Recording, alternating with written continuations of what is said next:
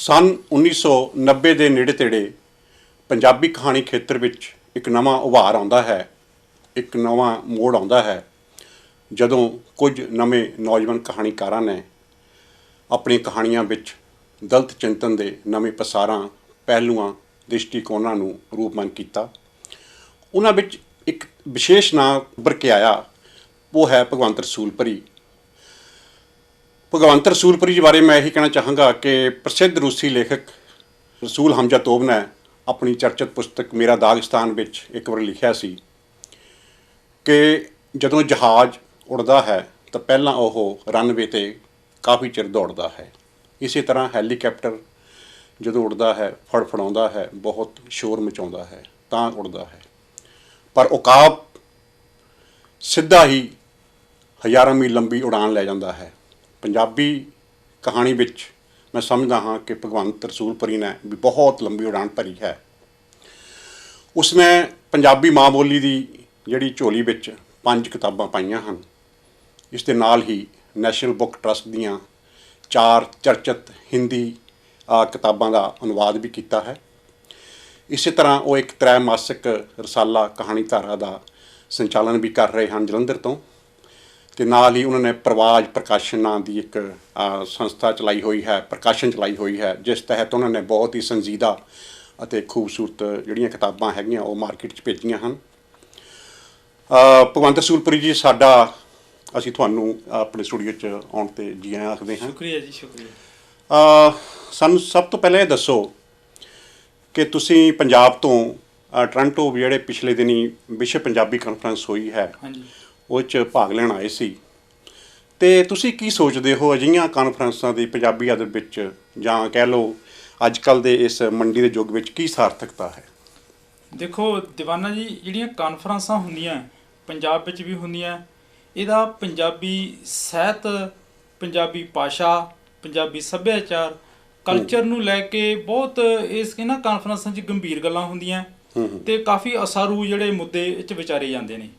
ਇਸੇ ਕਰਕੇ ਹੀ ਟੋਰਾਂਟੋ ਜਿਹੜੀ ਕਾਨਫਰੰਸ ਹੋਈ ਹੈ 11-12 ਜੂਨ ਨੂੰ, ਉਹਦੇ ਵਿੱਚ ਇਹੀ ਸੀ ਮੁੱਦਾ ਵੀ ਜਿਹੜੇ ਪ੍ਰਵਾਸੀ ਕੈਨੇਡਾ ਵਿੱਚ ਜਿਹੜੀ ਪੰਜਾਬੀ ਹੈ, ਉਹ ਪੰਜਾਬੀ ਕਿਵੇਂ ਬਚਣੀ ਹੈ, ਪੰਜਾਬੀ ਕਲਚਰ ਕਿਵੇਂ ਬਚਣਾ ਆ, ਪੰਜਾਬੀ ਭਾਸ਼ਾ ਕਿਵੇਂ ਬਚਣੀ ਹੈ, ਅਤੇ ਪੰਜਾਬੀ ਜਿਹੜਾ ਸਮਾਜ ਹੈ ਉਹ ਕਿਸ ਤਰ੍ਹਾਂ ਤਰੱਕੀ ਕਰਨੀ ਹੈ। ਇਹਨਾਂ ਸਾਰਿਆਂ ਮਸਲਿਆਂ ਨੂੰ ਲੈ ਕੇ ਅਜਾਇਬ ਸਿੰਘ ਚੱਠਾ ਅਤੇ ਉਹਨਾਂ ਦੇ ਸਾਥੀਆਂ ਨੇ ਕਾਨਫਰੰਸ ਕਰਵਾਈ।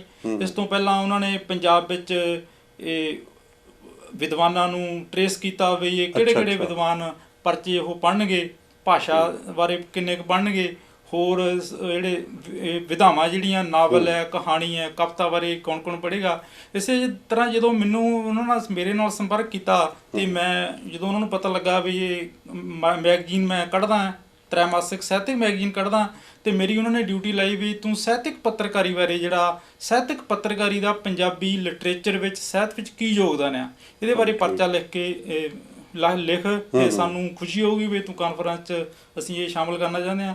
ਇਹ ਸਬੱਬ ਮੇਰਾ ਬਣਿਆ ਕਾਨਫਰੰਸ 'ਚ ਆਉਣ ਦਾ। ਅਤੇ ਜਦੋਂ ਮੈਂ ਇੱਥੇ ਕਾਨਫਰੰਸ 'ਚ 2 ਦਿਨ ਦੇਖਿਆ ਅਤੇ ਮੈਨੂੰ ਇਸ ਗੱਲ ਦੀ ਬੜੀ ਖੁਸ਼ੀ ਹੋਈ ਕਿ ਪੰਜਾਬ ਤੋਂ, ਇੱਥੇ ਕੈਨੇਡਾ ਤੋਂ, ਅਮਰੀਕਾ ਤੋਂ, ਡਿਜ਼ਨੀਲੈਂਡ ਤੋਂ, ਪਾਕਿਸਤਾਨ ਤੋਂ ਜਿਹੜੇ ਵਿਦਵਾਨ ਇੱਥੇ ਟੋਰਾਂਟੋ ਦੀ ਧਰਤੀ 'ਚ ਇਕੱਠੇ ਹੋ ਕੇ ਪੰਜਾਬੀ ਭਾਸ਼ਾ ਬਾਰੇ ਕਿੰਨੇ ਗੰਭੀਰ ਮਸਲੇ ਉਠਾ ਰਹੇ ਨੇ, ਪੰਜਾਬੀ ਕਲਚਰ ਬਾਰੇ ਕਿੰਨੇ ਚਿੰਤਤ ਹੈ, ਜਿਹੜੀ ਅਸੀਂ ਬਹੁਤ ਗੰਭੀਰ ਮੁੱਦਾ ਬਣਿਆ ਹੋਇਆ ਵੀ ਪੰਜਾਬੀ ਭਾਸ਼ਾ ਜਿਹੜੀ ਹੈ ਖਤਮ ਹੋ ਰਹੀ ਹੈ, ਖਤਮ ਹੋ ਜਾਣੀ ਹੈ।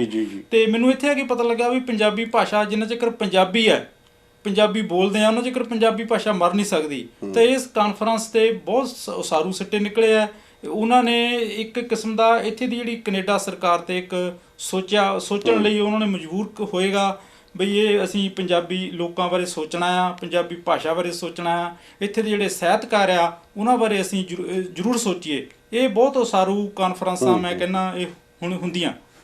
ਜਿਸ ਤਰ੍ਹਾਂ ਕਿ ਅਸੀਂ ਦੇਖਦੇ ਹਾਂ ਕਿ ਜਿਹੜੇ ਨਵੇਂ ਨੌਜਵਾਨ ਕਹਾਣੀਕਾਰ ਹਨ ਜੀ, ਉਹ ਜਦੋਂ ਦਲਿਤ ਚਿੰਤਨ ਨਾਲ ਸੰਬੰਧਿਤ ਕੋਈ ਕਹਾਣੀ ਲਿਖਦੇ ਆ, ਉਹਨਾਂ ਵਿੱਚ ਬਹੁਤ ਹੀ ਉਹਨਾਂ ਦੀ ਸੁਰ ਉੱਚੀ ਹੁੰਦੀ ਆ, ਜਾਂ ਕਹਿ ਲਓ ਉਲਾਰ ਹੁੰਦਾ ਆ, ਜਾਂ ਉਹ ਨਾਅਰੇਬਾਜ਼ੀ ਜੀ ਕਰਦੇ ਆ। ਮੈਂ ਤੁਹਾਡੀਆਂ 5 ਕਿਤਾਬਾਂ ਦੀਆਂ ਕਹਾਣੀਆਂ ਦਾ ਨਿੱਠ ਕੇ ਅਧਿਐਨ ਕੀਤਾ ਬੜੀ ਸ਼ਿੱਦਤ ਨਾਲ। ਤੁਹਾਡੀ ਕਹਾਣੀ ਹੈ ਜਿਹੜੀ ਉਹਦੇ ਵਿੱਚ ਸਹਿਜਤਾ ਹੈ, ਇੱਕ ਵਹਿੰਦੇ ਪਾਣੀ ਵਰਗੀ ਰਵਾਨਗੀ ਹੈ, ਇਹ ਇੰਨੀ ਸਹਿਜਤਾ ਤੁਹਾਨੂੰ ਕੋਲ ਕਿੱਦਾਂ ਆਈ? ਦੀਵਾਨਾ ਜੀ, ਇਹ ਜਿਹੜਾ ਸਾਹਿਤ ਲਿਖਣਾ ਇਹ ਬੜੀ ਕੁਦਰਤੀ ਪ੍ਰਵਿਰਤੀ ਮੈਂ ਕਹਿੰਦਾ। ਜਿਹੜੀ ਕਹਾਣੀ ਜਦੋਂ ਮੈਂ ਲਿਖਣੀ ਸ਼ੁਰੂ ਕੀਤੀ ਸੀ ਤੇ ਮੇਰੇ ਸਾਹਮਣੇ ਪ੍ਰੇਮ ਗੋਰਖੀ ਸੀ। ਪ੍ਰੇਮ ਗੋਰਖੀ ਦੀ ਕਹਾਣੀ ਦਾ ਮਾਡਲ ਸੀ, ਅਤਰਜੀਤ ਦੀ ਕਹਾਣੀ ਦਾ ਮਾਡਲ ਸੀ ਤੇ ਨਛੱਤਰ ਦੀ ਕਹਾਣੀ ਦਾ ਮਾਡਲ ਸੀ। ਇਹ ਸਾਰੇ ਤਿੰਨੇ ਕਹਾਣੀਕਾਰ ਜਿਹੜੇ ਸੀ ਉਦੋਂ ਦਲਿਤ ਜ਼ਿੰਦਗੀ ਨੂੰ ਲਿਖਣ ਵਾਲੇ ਇੱਕ ਪ੍ਰਮਾਣਿਤ ਕਹਾਣੀਕਾਰ ਮੰਨੇ ਜਾਂਦੇ ਆ। ਉਹਨਾਂ ਵਿੱਚ ਮੈਂ ਅਤਰਜੀਤ ਦਾ ਵੀ ਨਾਂ ਲੈਣਾ। ਇਹ ਜਦੋਂ ਕਹਾਣੀ ਲਿਖਣੀ ਸ਼ੁਰੂ ਕੀਤੀ ਸੀ ਇਹਨਾਂ ਨੇ ਤੇ ਉਦੋਂ ਪ੍ਰਗਤੀਵਾਦ ਦਾ ਦੌਰ ਸੀ ਜੀ। ਤੇ ਇਹਨਾਂ ਨੇ ਜਿਹੜੇ ਮੈਗਜ਼ੀਨ ਉਦੋਂ ਨਿਕਲਦੇ ਸੀ, ਪ੍ਰਗਤੀਵਾਦੀ ਸੁਰ ਵਾਲੇ ਜਿਹੜੇ ਸੰਪਾਦਕ ਸੀ, ਤੇ ਇਹਨਾਂ ਨੇ ਉਸ ਕਿਸਮ ਦੀ ਕਹਾਣੀ ਲਿਖੀ ਜਿਹੜੀ ਪ੍ਰਗਤੀਵਾਦੀ ਸੁਰ ਵਾਲੀ ਕਹਾਣੀ ਹੋਵੇ, ਪਲੱਸ ਉਹਨਾਂ ਦੇ ਮਨ ਵਿੱਚ ਇਸ ਤਰ੍ਹਾਂ ਦੀ ਕਹਾਣੀ ਸੀ ਜਿਹੜੀ ਮੈਂ ਜਿੰਨੀ ਵੀ ਮੈਂ ਪੜ੍ਹੀ ਹੈ, ਉਹ ਕੰਟਰਾਡਿਕਸ਼ਨ ਜਿਹੜੀ ਹੈ, ਜਾਤੀ ਜਿਹੜੀ ਹੈ, ਉਹਨਾਂ ਜਾਤੀ ਟਕਰਾਅ ਵਾਲੀ ਜਿਹੜੀ ਕਹਾਣੀ ਹੈ ਇਹਨਾਂ ਨੇ ਲਿਖੀ। ਫਿਰ ਮੈਂ ਸੋਚਿਆ ਵੀ ਜਦੋਂ ਮੈਂ ਇਹ ਕਹਾਣੀ ਪੜ੍ਹਦਾ ਸੀ ਤੇ ਮੈਂ ਸੋਚਦਾ ਸੀ ਵੀ ਇਹ ਜਿਹੜੀ ਕਹਾਣੀ ਜੋ ਮੈਂ ਆਪਣੇ ਸਮਾਜ ਵਿੱਚ ਜਿਹੜੀ ਮੈਂ ਦੇਖਦਾ ਆਲੇ ਦੁਆਲੇ, ਉਹ ਕਹਾਣੀ ਨਹੀਂ ਇਹ ਲਿਖ ਰਿਹਾ। ਇਹ ਕਹਾਣੀ ਕੋਈ ਹੋਰ ਤਰ੍ਹਾਂ ਦੀ ਕਹਾਣੀ ਲਿਖ ਰਹੇ ਨੇ। ਸੋ ਮੈਂ ਉਹ ਜਿਹੜੀ ਮੇਰੇ ਸਮਾਜ ਦੀ ਜਿਹੜੀ ਕਹਾਣੀ ਸੀ, ਜੋ ਮੇਰੇ ਸਮਾਜ ਦੇ ਆਲੇ ਦੁਆਲੇ ਲੋਕ ਸੀ, ਉਹ ਆਪਸੀ ਉਹਨਾਂ ਦੀ ਜਿਹੜੀ ਕੰਟਰਾਡਿਕਸ਼ਨ ਸੀ, ਮੈਂ ਉਹ ਕਹਾਣੀਆਂ ਨੂੰ ਫੜਨ ਦੀ ਕੋਸ਼ਿਸ਼ ਕੀਤੀ। ਇਹ ਮੈਂ ਕੋਈ ਸੁਚੇਤ ਨਹੀਂ ਸੀ ਹੋਇਆ, ਇਹ ਸਹਿਜ ਰੂਪ ਵਿੱਚ ਇਹ ਜਿਹੜਾ ਵਰਤਾਰਾ ਕਹਾਣੀਆਂ 'ਚ ਆਇਆ। ਤੇ ਜਦੋਂ ਜਿਵੇਂ ਆਪਾਂ ਕਹਾਣੀਆਂ ਕੁਝ ਦੇਖਦੇ ਹਾਂ, ਵਿੱਥਾਂ ਦੇ ਆਰ ਪਾਰ ਆ, ਕਸੂਰਵਾਰ ਆ, ਆਦਿ ਡੰਕਾ ਆ, ਜੜ੍ਹਾਂ ਕਹਾਣੀਆਂ, ਇਹ ਸਾਡੇ ਦਲਿਤ ਲੋਕਾਂ ਦੀ ਆਪਸੀ ਜਿਹੜੀ ਕੰਟਰਾਡਿਕਸ਼ਨ ਆ, ਉਹ ਮੈਂ ਕਹਾਣੀ 'ਚ ਪੇਸ਼ ਕਰਨ ਦੀ ਕੋਸ਼ਿਸ਼ ਕੀਤੀ। ਤੇ ਜਿਹੜੀ ਕੰਟਰਾਡਿਕਸ਼ਨ ਜਿਹੜੀ ਪੰਜਾਬੀ ਕਹਾਣੀ ਵਿੱਚ ਇਹ ਮੈਂ ਸਮਝਦਾ ਵੀ ਇਹ ਮੇਰੇ ਤੋਂ ਸ਼ੁਰੂਆਤ ਹੋਈ। ਇਹ ਪਹਿਲਾਂ ਮੈਂ ਅਚੇਤ ਸੀ, ਬਾਅਦ ਵਿੱਚ ਜਦੋਂ ਮੈਂ ਸੁਚੇਤ ਹੋ ਕੇ ਇਹ ਦੇਖਿਆ ਤੇ ਮੈਨੂੰ ਐ ਲੱਗਾ ਵੀ ਇਹ ਜਿਹੜੀ ਪੰਜਾਬੀ ਕਹਾਣੀ ਵਿੱਚ ਇਹ ਗੱਲ ਹੋਣੀ ਬਹੁਤ ਜ਼ਰੂਰੀ ਹੈ। ਨਹੀਂ ਤਾਂ ਇਹ ਜਿਹੜੇ ਦਲਿਤ ਲੋਕਾਂ ਦੇ ਜਿਹੜੀ ਸਹੀ ਤਸਵੀਰ ਹੈ ਉਹ ਪੰਜਾਬੀ ਕਹਾਣੀ ਵਿੱਚ ਆ ਨਹੀਂ ਸਕਦੀ। ਸੋ ਮੈਂ ਸਹਿਜਤਾ ਨਾਲ ਹੀ ਇਹ ਜਿਹੜੇ ਪਾਤਰ ਮੇਰੀ ਕਹਾਣੀ 'ਚ ਆਏ ਨੇ, ਚਾਹੇ ਉਹ ਔਰਤ ਪਾਤਰ ਹੈ, ਚਾਹੇ ਮਰਦ ਪਾਤਰ ਹੈ, ਚਾਹੇ ਬਜ਼ੁਰਗ ਪਾਤਰ ਹੈ, ਉਹਨਾਂ ਨੇ ਉਹ ਕਿਸ ਤਰ੍ਹਾਂ ਇੱਕ ਦੂਜੇ ਨੂੰ ਉਹ ਨਿੱਕੀ ਨਿੱਕੀਆਂ ਗੱਲਾਂ ਨੂੰ ਲੈ ਕੇ ਇੱਕ ਦੂਜੇ ਨੂੰ ਟੌਰਚਰ ਕਰਦੇ ਨੇ, ਇੱਕ ਦੂਜੇ ਦਾ ਸ਼ੋਸ਼ਣ ਕਰਦੇ ਨੇ। ਇਹੋ ਜਿਹੇ ਜਿਹੜੀ ਪੰਜਾਬੀ ਕਹਾਣੀ ਵਿੱਚ ਨਹੀਂ ਸੀ ਆਇਆ। ਉਦੋਂ ਪ੍ਰਗਤੀਵਾਦ ਦੇ ਜਿਹੜੇ ਲੇਖਕ ਇਸ ਤਰ੍ਹਾਂ ਕਹਿੰਦੇ ਸੀ ਬਈ ਇਹ ਟਕਰਾਓ ਹੈ, ਇਹ ਜਿਹੜਾ ਮਜ਼ਦੂਰ ਵਰਗ ਆ, ਇਹਦੇ ਹਿੱਤਾਂ ਵਿੱਚ ਨਹੀਂ ਹੋ, ਇਹ ਗੱਲਾਂ ਨਹੀਂ ਕਰਨੀਆਂ ਸੀ। ਸੋ ਮੈਂ ਇਹ ਗੱਲਾਂ ਕੀਤੀਆਂ। ਅੱਛਾ ਭਗਵਾਨ ਜੀ, ਜਿਹੜੇ ਤੁਹਾਡੇ ਕਹਾਣੀਆਂ ਦੇ ਪਾਤਰ ਆ ਨਾ, ਉਹ ਬਹੁਤ ਹੀ ਤੰਗੀਆਂ ਤੁਰਸ਼ੀਆਂ ਵਿੱਚ ਤਲਖੀਆਂ ਹੰਢਾ ਰਹੇ ਨੇ, ਪਰ ਉਹ ਸੰਘਰਸ਼ੀਲ ਵੀ ਹੈਗੇ ਨਾਲ। ਇਹ ਪਾਤਰ ਤੁਹਾਨੂੰ ਸਹਿਜ ਹੀ ਮਿਲ ਗਏ ਜਾਂ ਤੁਹਾਨੂੰ ਲੱਭਣ ਲਈ ਕੋਈ ਤਰੱਦਦ ਕਰਨਾ ਪਿਆ? ਇਹ ਬਰਵਾਨਾ ਜੀ, ਤੁਹਾਡਾ ਬਹੁਤ ਵਧੀਆ ਸਵਾਲ ਹੈ। ਇਹ ਜਿਹੜੇ ਪਾਤਰ ਮਿਲਦੇ ਨੇ ਕਹਾਣੀਕਾਰ ਨੂੰ, ਉਹਦੇ ਆਲੇ ਦੁਆਲੇ ਉਹ ਲੈਂਦਾ ਆਪਣੇ ਪਾਤਰ, ਜਿੱਥੇ ਉਹਦਾ ਘਰ ਆ, ਜਿੱਥੇ ਉਹ ਵਿਚਰਦਾ ਆ, ਸਮਾਜ ਵਿੱਚੋਂ ਪਾਤਰ ਲੈਂਦਾ ਆ। ਮੈਂ ਵੀ ਜਿੰਨੇ ਵੀ ਇਹ ਮੇਰੀਆਂ ਕਹਾਣੀਆਂ ਦੇ ਜਿਹੜੀਆਂ ਚਰਚਿਤ ਕਹਾਣੀਆਂ ਹੋਈਆਂ, ਉਹ ਜਿਹੜੇ ਪਾਤਰ ਆ, ਉਹ ਮੈਂ ਬਹੁਤ ਉਹਨੂੰ ਗੰਭੀਰਤਾ ਨਾਲ ਉਹਨੂੰ ਨੇੜਿਓਂ ਹੋ ਕੇ ਦੇਖਿਆ, ਜਾਂ ਮੇਰੇ ਨਾਲ ਘਿਸਰਦੇ ਗਏ, ਕਾਫੀ ਸਾਲ ਘਿਸਰਦੇ ਗਏ। ਉਹਨਾਂ 'ਚੋਂ ਉਹ ਮੈਂ ਪਾਤਰ ਲਏ ਆ। ਫਿਰ ਜਦੋਂ ਪਾਤਰ ਲੈਂਦੇ ਅਸੀਂ, ਕਹਾਣੀਕਾਰ ਜਿਹੜਾ ਚਾਹੇ ਨਾਵਲਕਾਰ ਆ, ਉਹ ਹੂਬਹੂ ਨਹੀਂ ਉਹ ਪਾਤਰ ਚਿੱਤਰਦਾ ਕਹਾਣੀ ਦੇ ਵਿੱਚ। ਉਹਦੀ ਇੱਕ ਸਮਝ ਬਣਦੀ ਹੈ, ਉਹਨੇ ਹਿਸਟਰੀ ਪੜ੍ਹੀ ਹੁੰਦੀ ਹੈ, ਉਹਨੇ ਸੋਸ਼ੀਓਲੋਜੀ ਪੜ੍ਹੀ ਹੁੰਦੀ ਹੈ, ਉਹਨੇ ਇਤਿਹਾਸ ਪੜ੍ਹਿਆ ਹੁੰਦਾ ਹੈ। ਉਹ ਸਾਰੀਆਂ ਗੱਲਾਂ ਨੂੰ ਲੈ ਕੇ ਉਹ ਪਾਤਰ ਇੱਕ ਆਪਣਾ ਘੜਦਾ। ਇਸੇ ਕਰਕੇ ਮੈਂ ਉਹ ਕੁਝ ਕਹਾਣੀਆਂ ਦੇ ਜਿਹੜੇ ਪਾਤਰ ਹੈ ਇਹ ਘੜੇ ਆ, ਚਾਹੇ ਉਹ ਤੁਸੀਂ ਕਸੂਰਵਾਰ ਦੀ ਜਿਹੜੀ ਔਰਤ ਹੈ ਕਹਾਣੀਕਾਰ, ਆਪਾਂ ਔਰਤ ਪਾਤਰ ਲੈਂਦੇ ਆ, ਜਾਂ ਆਦਿ ਡੰਕਾ ਦਾ ਜਿਹੜਾ ਬਜ਼ੁਰਗ ਹੈ, ਜਾਂ ਸੁੱਕੀਆਂ ਕੁੰਨਾਂ ਦਾ ਜਿਹੜਾ ਇੱਕ ਬਜ਼ੁਰਗ ਪਾਤਰ ਹੈ ਜਿਹੜਾ ਇਹ ਆਪਾਂ ਲੈਂਦੇ ਆ। ਇਹ ਮੇਰੇ ਨਾ ਬਹੁਤ ਨੇੜਿਓਂ ਦੇਖੇ ਹੋਏ ਪਾਤਰ ਹੈ। ਖਾਸ ਕਰਕੇ ਜਦੋਂ ਮੈਂ ਬਜ਼ੁਰਗ ਪਾਤਰ ਜਦੋਂ ਮੈਂ ਘੜਨਾ ਹੋਵੇ ਤਾਂ ਮੇਰੇ ਸਾਹਮਣੇ ਮੇਰੇ ਨਾਨਾ ਜੀ ਹੁੰਦੇ ਆ, ਉਹਦੇ ਵਿੱਚੋਂ ਮੈਂ ਕੋਈ ਨਾ ਕੋਈ ਬਜ਼ੁਰਗ ਪਾਤਰ ਘੜਦਾ। ਤੇ ਜਿਹੜੀ ਬਜ਼ੁਰਗ ਔਰਤ ਹੁੰਦੀ ਹੈ, ਉਹ ਮੈਂ ਆਪਣੀ ਨਾਨੀ ਮੇਰੇ ਮੂਹਰੇ ਹੁੰਦੀ ਆ, ਉਹਦੇ ਵਿੱਚੋਂ ਮੈਂ ਪਾਤਰ ਘੜਦਾ ਔਰਤ ਦੇ। ਤੇ ਇਸ ਤਰ੍ਹਾਂ ਮੈਂ ਸੋਚਦਾ ਵੀ ਉਹ ਇੰਨੇ ਰਿਚ ਕਰੈਕਟਰ ਆ ਜਿਹੜੇ ਮੇਰੇ ਨਾਨਾ ਆ, ਨਾਨੀ ਆ। ਜਿਹੜੇ ਆਦਿ ਡੰਕਾ ਵਿੱਚ ਤੁਹਾਡੇ ਚੌਧਰੀ ਫਕੀਰ ਚੰਦ ਤੁਹਾਡੇ ਨਾਨਾ ਜੀ ਦਾ ਚਰਿੱਤਰ ਆ। ਬਿਲਕੁਲ, ਤੁਸੀਂ ਸਹੀ ਫੜਿਆ। ਉਹ ਮੇਰੇ ਨਾਨਾ ਜੀ ਜਿਹੜੇ ਸੀ, ਮੈਂ ਉਹਨਾਂ ਨੂੰ ਬਹੁਤ ਨੇੜੇ ਹੋ ਕੇ ਦੇਖਿਆ। ਉਹ ਇੱਕ ਕਿਸਮ ਦੇ ਬੜੇ ਸੋਚਵਾਨ ਸੀ, ਸਮਾਜ ਬਾਰੇ ਸੋਚਦੇ ਸੀ, ਸਮਾਜ ਬਾਰੇ ਚਿੰਤਾ ਕਰਦੇ ਸੀ, ਧਰਮ ਮੂਵਮੈਂਟ ਵਿੱਚ ਉਹ ਜਾਗਰੂਕ ਸੀ। ਤੇ ਉਹ ਜਿਹੜਾ ਕਰੈਕਟਰ ਉਹਨਾਂ ਦੇ ਨਾਨਾ ਜੀ ਦਾ ਮੈਂ ਉਹਨਾਂ ਵਿੱਚੋਂ ਘੜਿਆ, ਪਰ ਉਹਨੇ ਵਿੱਚੋਂ ਘੜਿਆ ਮੈਂ ਆਪਣੀ ਕਲਪਨਾ ਦੇ ਨਾਲ ਆ। ਉਹਦੇ ਵਿੱਚ ਮੈਂ ਇਤਿਹਾਸਕ ਤੌਰ ਤੇ ਉਹਨੂੰ ਰਿਚ ਕੀਤਾ। ਇਸ ਤਰ੍ਹਾਂ ਦੇ ਮੈਂ ਇੱਕ ਕਰੈਕਟਰ ਘੜਦਾ ਆ। ਮੈਂ ਸੋਚਦਾ ਵੀ ਜਿੰਨੇ ਵੀ ਮੈਂ ਕਰੈਕਟਰ ਘੜੇ ਆ, ਜਿਹੜੇ ਬਜ਼ੁਰਗ ਆ ਉਹ ਮੈਂ ਨਾਨਾ ਜੀ ਵਿੱਚੋਂ ਘੜੇ ਆ, ਜਿਹੜੇ ਬਜ਼ੁਰਗ ਔਰਤਾਂ ਜਿਹੜੀਆਂ ਘੜੀਆਂ ਆ ਉਹ ਮੈਂ ਆਪਣੀ ਨਾਨਾ ਜੀ ਤੋਂ ਉਹਦੇ ਵਿੱਚੋਂ ਕਰੈਕਟਰ ਘੜੇ ਆ। ਵੀ ਕੋਈ ਕਲਪਨਾ ਦੇ ਵਿੱਚੋਂ ਨਹੀਂ ਮੈਂ ਘੜੇ, ਵੀ ਕਲਪਨਾ ਦੇ ਵਿੱਚੋਂ ਇਧਰੋਂ ਸੁਣ ਲਈਆਂ ਕੁਝ ਗੱਲਾਂ ਤੇ ਮੈਂ ਉਹ ਕਰੈਕਟਰ ਬਣਾ ਲਿਆ। ਮੈਂ ਜਿੱਦਾਂ ਹੱਡੀ ਹੰਡਾਇਆ ਜਿਹੜਾ ਇਤਿਹਾਸਕ ਪ੍ਰਪੇਖ ਵਿੱਚ, ਜਿੱਦਾਂ ਤੁਸੀਂ ਬਾਬੂ ਮੰਗੂ ਰਾਮ ਉਹਨਾਂ ਨੂੰ ਪੇਸ਼ ਕੀਤਾ, ਜਿੱਦਾਂ ਮਰਾਠੀ ਸਾਹਿਤ ਵਿੱਚ ਜੋਤੀ ਫੂਲੇ ਨੂੰ ਵੀ ਕੀਤਾ ਗਿਆ, ਹਨਾ। ਇਹ ਅੱਜ ਤੋਂ ਪਹਿਲਾਂ ਕਿਸੇ ਕਹਾਣੀ ਵਿੱਚ ਨਾ ਸੀ ਕਿ ਬਾਬੂ ਮੰਗੂ ਰਾਮ ਜੀ ਨੂੰ, ਜਿਹਨਾਂ ਨੇ ਗਦਰ ਲਹਿਰ 'ਚ ਵੀ ਇਹਨਾਂ ਦਾ ਯੋਗਦਾਨ ਸੀ ਤੇ ਉਹਨਾਂ ਨੇ ਧਰਮ ਮੰਡਲ ਵੀ ਚਲਾਇਆ ਸੀ, ਉਹਨਾਂ ਦੇ ਯੋਗਦਾਨ ਨੂੰ ਅੱਖੋਂ ਪਰੋਖੇ ਕੀਤਾ ਜਾਂਦਾ ਰਿਹਾ। ਇਹ ਤੁਹਾਡੀ ਇੱਕ ਮੈਂ ਪ੍ਰਾਪਤੀ ਸਮਝਦਾ ਹਾਂ। ਅੱਛਾ, ਨਾਲੋਂ ਨਾਲ ਮੈਂ ਤੁਹਾਨੂੰ ਇੱਕ ਤੁਹਾਡੀ ਕਹਾਣੀ ਜੇ ਤੁਸੀਂ ਜ਼ਿਕਰ ਕੀਤਾ ਹੁਣ, ਇੱਕ ਕਸੂਰਵਾਰ, ਉਹਦੇ ਵਿੱਚ ਇੱਕ ਪਾਤਰ ਹੈ ਰੱਜੋ। ਉਹ ਰੱਜੋ ਤੇ ਨਾਲ ਹੀ ਇੱਕ ਜਿਹੜਾ ਘਰ ਵਿੱਚ ਇੱਕ ਕੁੱਤੀ ਦਾ ਪਾਤਰ ਹੈ ਰੋਮੀ। ਉਹਦੇ ਜਿਹੜੇ ਕਤਲ ਆ, ਤੁਸੀਂ ਇੱਕ ਪ੍ਰੀਤਮਾਤਮਕ ਉਹ ਦ੍ਰਿਸ਼ਟਾਂਤ ਦਿੱਤਾ ਆ, ਤੇ ਇਹ ਜਿਹੜਾ ਪਲਾਟ ਤੁਹਾਨੂੰ ਕਿੱਦਾਂ ਓੜਿਆ ਕਸੂਰਵਾਰ ਦਾ? ਇੱਕ ਕਸੂਰਵਾਰ ਕਹਾਣੀ ਜਿਹੜੀ ਹੈ ਇਹ ਘਟੀ ਤਾਂ ਮੇਰੇ ਅੱਖਾਂ ਸਾਹਮਣੇ ਸੀ, ਇਹ ਮੇਰੇ ਨਾਨਕਾ ਪਿੰਡ ਵਿੱਚ।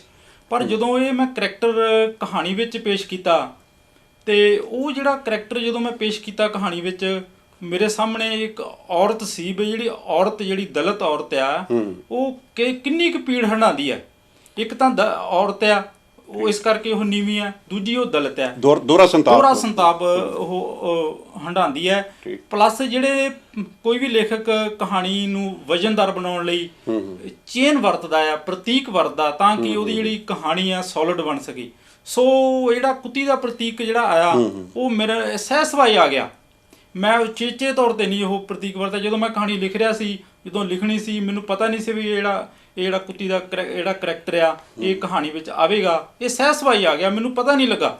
ਇਹ ਜਿਹੜੇ ਪ੍ਰਤੀਕ ਜਦੋਂ ਵਰਤਿਆ ਤੇ ਕਹਾਣੀ ਬੜੀ ਵਜਨਦਾਰ ਬਣੀ। ਜਦੋਂ ਇਹ ਸਿਰਜਣਾ ਵਿੱਚ ਛਪੀ ਤੇ ਮੈਨੂੰ ਇੱਕ ਬਤੌਰ ਕਹਾਣੀਕਾਰ ਦੇ ਤੌਰ ਤੇ ਜਿਹੜੀ ਮੈਨੂੰ ਮਾਨਤਾ ਮਿਲੀ। ਬਾਅਦ ਵਿੱਚ ਇਹੀ ਕਹਾਣੀ ਹੈ ਜਿਹੜੀ ਭਾਰਤ ਦੀਆਂ 7-8 ਭਾਸ਼ਾਵਾਂ 'ਚ ਅਨੁਵਾਦ ਹੋਈ ਤੇ ਨਿਰੂਪਮਾ ਦੱਤ ਨੇ ਇਹਨੂੰ ਇੰਗਲਿਸ਼ 'ਚ ਅਨੁਵਾਦ ਕੀਤਾ ਤੇ ਉਹ ਪੈਂਗੁਇਨ ਪ੍ਰਕਾਸ਼ਨ ਨੇ ਉਹ ਛਾਪੀ। ਅੱਛਾ, ਵਾਹ। ਤੇ ਇਹਦਾ ਬਹੁਤ ਵੱਡੇ ਇਹਦਾ ਪਾਠਕ ਵਰਗ ਮੈਨੂੰ ਮਿਲਿਆ। ਮੈਂ ਇਹ ਪ੍ਰਾਪਤੀ ਸਮਝਦਾ ਵੀ ਇੱਕ ਸਹਿਜ ਰੂਪ ਵਿੱਚ ਇਹ ਕਹਾਣੀ ਉਹ ਲਿਖ ਹੋ ਗਈ। ਇਸ ਤਰ੍ਹਾਂ ਦੇ ਜਿਹੜੇ ਪ੍ਰਤੀਕ ਮੈਂ ਹੋਰ ਕਹਾਣੀ 'ਚ ਵੀ ਵਰਤੇ ਆ, ਇਹ ਕਹਾਣੀ ਨੂੰ ਵਜਨਦਾਰ ਬਣਾਉਣ ਲਈ। ਕਹਾਣੀ ਤਾਂ ਹਰੇਕ ਬੰਦੇ ਕੋਲ ਹੁੰਦੀ ਹੈ, ਪਰ ਉਹ ਕਹਾਣੀ ਜਿਹੜੀ ਹੈ ਕਿਸ ਤਰ੍ਹਾਂ ਉਹਨੇ ਪੇਸ਼ ਕਰਨੀ ਹੈ, ਸਿੱਧੀ ਸਪਾਟ ਪੇਸ਼ ਕਰਨੀ ਹੈ ਕਿ ਪ੍ਰਤੀਕ ਜਿਹੜੇ ਸੋਲਿਡ ਹੋਣਗੇ ਤੇ ਕਹਾਣੀ ਜਿਹੜੀ ਵਜਨਦਾਰ ਬਣੂਗੀ ਤੇ ਉਹਦੀ ਜਿਹੜੀ ਦੇਰ ਤੱਕ ਉਹ ਜਿਉਂਦੀ ਰਹੇਗੀ ਪਾਠਕਾਂ ਦੇ ਮਨ ਵਿੱਚ। ਇਸ ਤਰ੍ਹਾਂ ਦੇ ਸੀ ਮੇਰੇ ਕੁਝ ਕਹਾਣੀ ਜਦੋਂ ਮੈਂ ਲਿਖਣੀ ਆ ਤਾਂ ਮੇਰੇ ਮਨ 'ਚ ਇਸ ਤਰ੍ਹਾਂ ਦੀਆਂ ਗੱਲਾਂ ਹੁੰਦੀਆਂ ਸੀ। ਅੱਛਾ ਰਸੂਲਪੁਰੀ ਜੀ, ਤੁਹਾਡੀ ਅਸੀਂ ਕਲਾ ਬਾਰੇ ਗੱਲ ਕਰਦੇ ਨਾਲੇ ਮੈਂ ਇੱਕ ਹੋਰ ਸਵਾਲ ਮੇਰੇ ਜ਼ਿਹਨ 'ਚ ਆ ਰਿਹਾ ਜੀ ਕਿ ਦਲਿਤ ਸਾਹਿਤ ਆਪਾਂ ਕਿਹਨੂੰ ਕਹਿੰਦੇ ਹਾਂ? ਕਿ ਦਲਿਤ ਲੇਖਕਾਂ ਵੱਲੋਂ ਲਿਖਿਆ ਦਲਿਤ ਸਾਹਿਤ ਆ ਜਾਂ ਦਲਿਤਾਂ ਵੱਲੋਂ ਹਾਂ? ਕਿਉਂਕਿ ਕਈ ਜਿਹੜੇ ਦਲਿਤ ਆਲੋਚਕ ਆ ਉਹ ਜਿਹੜੇ ਗੈਰ ਦਲਿਤ ਲੇਖਕ ਲਿਖਦੇ ਆ ਉਹਨੂੰ ਸਾਹਿਤ ਨਹੀਂ ਮੰਨਦੇ ਹੈ। ਜਿੱਦਾਂ ਉਦਾਹਰਨ ਦੇ ਤੌਰ ਤੇ ਮੁਨਸ਼ੀ ਪ੍ਰੇਮ ਚੰਦ ਦੀ ਕਹਾਣੀ ਹੈ ਕਫਨ ਜੀ, ਉਹਦੇ ਬਾਰੇ ਕਿ ਉਹ ਜਿਹੜੇ ਦਲਿਤ ਆਪਣੇ ਚਿੰਤਕ ਆ ਗਏ ਆ ਉਹਨੂੰ ਕਹਿੰਦੇ ਨਹੀਂ ਅਸੀਂ ਇਹਨੂੰ ਦਲਿਤ ਕਹਾਣੀ ਨਹੀਂ ਮੰਨਦੇ ਜੀ। ਸੋ ਤੁਹਾਡੀ ਨਿੱਜੀ ਰਾਏ ਕੀ ਇਹਦੇ ਬਾਰੇ? ਦਲਿਤ ਸਾਹਿਤ ਕੀ ਹੈ ਆਖਰ? ਇਹ ਬਹੁਤ ਗੰਭੀਰ ਸਵਾਲ ਆ। ਇਹਦੇ ਬਾਰੇ ਹਿੰਦੀ ਭਾਸ਼ਾ ਵਿੱਚ ਵੀ, ਮਰਾਠੀ ਸਾਹਿਤ ਵਿੱਚ ਵੀ ਇਹਦੇ ਬਾਰੇ ਬਹੁਤ ਡਿਟੇਲ ਵਿੱਚ ਡਿਬੇਟ ਚੱਲੀਆਂ, ਕਾਫੀ ਲੰਮੀਆਂ ਡਿਬੇਟ ਚੱਲੀਆਂ। ਪੰਜਾਬੀ 'ਚ ਵੀ ਚੱਲੀ ਹੈ ਵੀ ਜਿਹੜਾ ਦਲਿਤ ਸਾਹਿਤ ਆ ਉਹ ਕੌਣ ਲਿਖ ਸਕਦਾ। ਹਾਲਾਂਕਿ ਜਿਹੜੇ ਦਲਿਤ ਸਮਾਜ ਵਿੱਚੋਂ ਆਇਆ ਉਹੀ ਲਿਖ ਸਕਦਾ ਕਿ ਗੈਰ ਦਲਿਤ ਲਿਖ ਸਕਦਾ, ਤੇ ਉਹ ਸੰਵੇਦਨਾ ਜਿਹੜੀ ਕਿਹੜਾ ਵਧੀਆ ਤਰੀਕੇ ਨਾਲ ਫੜ ਸਕਦਾ। ਆਪਾਂ ਤਾਂ ਇਹ ਤਾਂ ਨਹੀਂ ਕਹਿੰਦੇ ਬਈ ਮੇਰਾ ਇਹ ਧਾਰਨਾ ਤਾਂ ਨਹੀਂ ਵੀ ਜਿਹੜਾ ਦਲਿਤ ਸਾਹਿਤ ਹੈ ਉਹ ਦਲਿਤ ਹੀ ਲਿਖ ਸਕਦਾ। ਜਿਹੜਾ ਲੇਖਕ ਕੋਲ ਜਿੰਨਾ ਅਨੁਭਵ ਆ ਉਹ ਉਨੀ ਸ਼ਿੱਦਤ ਨਾਲ ਹੀ ਦਲਿਤ ਸਾਹਿਤ ਲਿਖ ਸਕਦਾ। ਆਪਾਂ ਉਦਾਹਰਨ ਦਿੰਦੇ ਹਾਂ ਮੁਨਸ਼ੀ ਪ੍ਰੇਮ ਚੰਦ ਦੀ ਉਦਾਹਰਨ ਦਿੰਦੇ ਹਾਂ। ਇਸ ਤੋਂ ਇਲਾਵਾ ਜਗਦੀਸ਼ ਚੰਦਰ ਵੈਦਿਆ ਨੇ ਜਿਹੜਾ ਧਰਤੀ ਧੰਨਾ ਆਪਣਾ ਹਿੰਦੀ 'ਚ ਨਾਵਲ ਲਿਖਿਆ, ਉਹ ਮੈਨੂੰ ਲੱਗਦਾ ਵੀ ਪੰਜਾਬੀ ਵਿੱਚ ਦਲਿਤ ਜਿਹੜਾ ਸਮਾਜ ਵਿੱਚੋਂ ਆਇਆ ਕੋਈ ਵੀ ਲੇਖਕ ਉਸ ਤਰ੍ਹਾਂ ਦਾ ਅਜੇ ਤੱਕ ਨਹੀਂ ਲਿਖਿਆ ਉਹਨੇ ਨਾਵਲ। ਮੁਲਕ ਰਾਜ ਆਨੰਦ ਨੇ ਜਿਹੜਾ ਇੱਕ ਅਛੂਤ ਨਾਵਲ ਲਿਖਿਆ। ਇਸੇ ਤਰ੍ਹਾਂ ਪੰਜਾਬੀ ਵਿੱਚ ਵੀ ਕਹਾਣੀਆਂ ਗੈਰ ਜਿਹੜੇ ਦਲਿਤ ਨੇ ਉਹਨਾਂ ਨੇ ਲਿਖੀਆਂ, ਦਲਿਤ ਪਾਤਰਾਂ ਨੂੰ ਲੈ ਕੇ ਚੰਗੀਆਂ ਕਹਾਣੀਆਂ ਲਿਖੀਆਂ। ਪਰ ਫਿਰ ਵੀ ਮੈਂ ਕਹਿੰਦਾ ਵੀ ਜਿੰਨੀ ਸ਼ਿੱਦਤ ਨਾਲ ਜਿਹੜਾ ਹੱਡੀ ਹੰਢਾਇਆ ਅਨੁਭਵ ਹੈ ਜਿਹੜਾ ਜਿੰਨਾ ਉਹ ਜਿਹੜਾ ਲੇਖਕ ਉਸ ਸਮਾਜ ਵਿੱਚੋਂ ਆਇਆ ਲਿਖ ਸਕਦਾ ਹੈ, ਸ਼ਾਇਦ ਉਹ ਜਿਹੜਾ ਦੂਸਰੇ ਪਰੇ ਦੂਰ ਖੜਾ ਹੋ ਕੇ ਉਹ ਜਿਹੜਾ ਅਨੁਭਵ ਨਹੀਂ ਕਰ ਸਕਦਾ।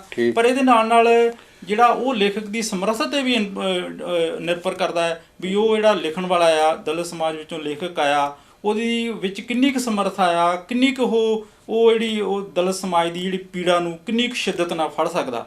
ਇਹ ਬਹੁਤ ਅਹਿਮ ਮਸਲਾ ਆ। ਕਈ ਵਾਰ ਇਹ ਵੀ ਹੁੰਦਾ ਹੈ ਬਈ ਦਲਿਤ ਸਮਾਜ ਵਿੱਚੋਂ ਜਿਹੜਾ ਕੋਈ ਕਹਾਣੀਕਾਰ ਆਇਆ, ਕਵੀ ਆਇਆ, ਨਾਵਲਕਾਰ ਆਇਆ, ਉਹ ਇੰਨੀ ਸ਼ਿੱਦਤ ਨਾਲ ਨਹੀਂ ਉਹਨੇ ਫੜ ਸਕਿਆ ਉਹ ਦਲਿਤ ਸਮਾਜ ਨੂੰ ਜਿੰਨੀ ਗੈਰ ਦਲਿਤ ਜਿਹੜਾ ਆ ਉਹ ਫੜ ਸਕਿਆ। ਆਪਾਂ ਗੁਰਦਿਆਲ ਸਿੰਘ ਦੀ ਤੁਸੀਂ ਉਦਾਹਰਨ ਲੈਂਦੇ ਆ, ਤੇ ਹੋਰ ਜਿਹੜੇ ਜਗਦੀਸ਼ ਚੰਦਰ ਵੈਦ ਹੈ ਆਪਣੇ ਮੂਹਰੇ ਸਾਹਮਣੇ ਆ, ਮੁਲਕ ਰਾਜ ਆਨੰਦ ਹੈ, ਮੁਨਸ਼ੀ ਪ੍ਰੇਮ ਚੰਦ ਹੈ।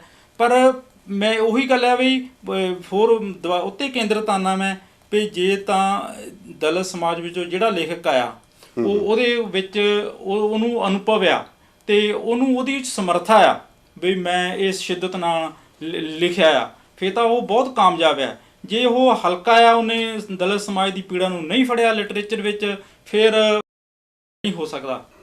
ਮੇਰਾ ਅਗਲਾ ਸਵਾਲ ਹੈ ਜੀ ਆਪਣੇ ਕੁਲਵੰਤ ਜੀ ਕਿ ਜੇ ਆਪਾਂ ਗੱਲ ਆਲੋਚਨਾ ਦੀ ਪਹਿਲਾਂ ਕਰਦੇ ਹਾਂ ਕਿ ਮਾਰਕਸੀ ਜਿਹੜੇ ਆਲੋਚਕ ਆ ਜੀ, ਮਾਰਕਸੀ ਆਲੋਚਕ ਕਹ ਲਓ ਖੱਬੇ ਪੱਕੀ ਸੋਚ ਵਾਲੇ, ਉਹਨਾਂ ਦਾ ਤੁਹਾਡੀ ਕਹਾਣੀ ਬਾਰੇ ਕੀ ਰਾਏ ਹੈ ਤੁਹਾਡੀ?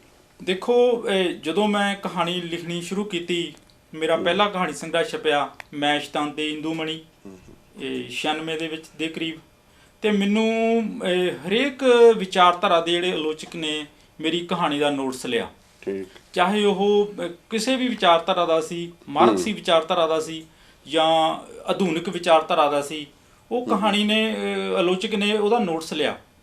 ਇਹ ਜਿੱਥੇ ਤੱਕ ਮਾਰਕਸੀ ਆਲੋਚਕ ਆਪਾਂ ਕਹਿ ਦਿੰਦੇ ਆ, ਤਕਰੀਬਨ ਪੰਜਾਬੀ ਵਿੱਚ ਜਿੰਨੀ ਵੀ ਜਿਹੜੀ ਆਲੋਚਨਾ ਦਾ ਭਾਰੂ ਸੁਰਿਆ ਉਹ ਮਾਰਕਸੀ ਆਲੋਚਨਾ ਦਾ ਰਿਹਾ। ਜਿੰਨੀ ਵੀ ਪੰਜਾਬੀ ਆਲੋਚਨਾ, ਬਹੁਤ ਘੱਟ ਆਧੁਨਿਕ ਜਿਹੜੇ ਥਿੰਕਰਾਂ ਨੂੰ ਲੈ ਕੇ ਉਹ ਆਲੋਚਨਾ ਕੀਤੀ ਆ ਉਹਨਾਂ ਨੇ, ਪਰ ਜਿਹੜਾ ਭਾਰੂ ਸੁਰ ਆ, ਪ੍ਰਗਤੀਵਾਦੀ ਜਿਹੜੇ ਸੋਚ ਵਾਲੇ ਸੁਰ ਵਾਲੇ ਜਿਹੜੇ ਆਲੋਚਕ ਆ, ਉਹਨਾਂ ਨੇ ਉਹ ਪੰਜਾਬੀ ਆਲੋਚਨਾ ਵਿੱਚ ਭਾਰੂ ਰਹੇ ਆ। ਚਾਹੇ ਆਪਾਂ ਤੁਸੀਂ ਲੈ ਲਓ ਰਜਨੀਸ਼ ਬਹਾਦਰ ਲੈ ਲਓ, ਡਾਕਟਰ ਸਰਬਜੀਤ ਲੈ ਲਓ, ਆਪਣੇ ਹੋਰ ਜਿਹੜੇ ਵੱਡੇ ਜਿਹੜੇ ਆਲੋਚਕ ਆ, ਕੇਸਰ ਸਿੰਘ ਲੈ ਲਓ, ਸੰਤ ਸਿੰਘ ਸੇਖੋਂ ਲੈ ਲਾ, ਇਹ ਜਿਹੜੇ ਇਹਨਾਂ ਦੀ ਜਿਹੜੀ ਜਦੋਂ ਐਨਾਲਿਸਿਸ ਕਰਦੇ ਸੀ ਸਾਹਿਤ ਦਾ, ਇਹ ਮਾਰਕਸੀ ਐਂਗਲ ਤੋਂ ਇਹ ਕਰਦੇ ਸੀ। ਪਰ ਕੋਈ ਚੰਗਾ ਮਾੜਾ ਰੁਝਾਨ ਨਹੀਂ ਇਹ, ਤੇ ਮਾਰਕਸੀ ਵਿਚਾਰਧਾਰਾ ਨਾਲ ਵੀ ਵਧੀਆ ਜਿਹੜਾ ਐਨਾਲਿਸਿਸ ਕੀਤਾ ਜਾ ਸਕਦਾ।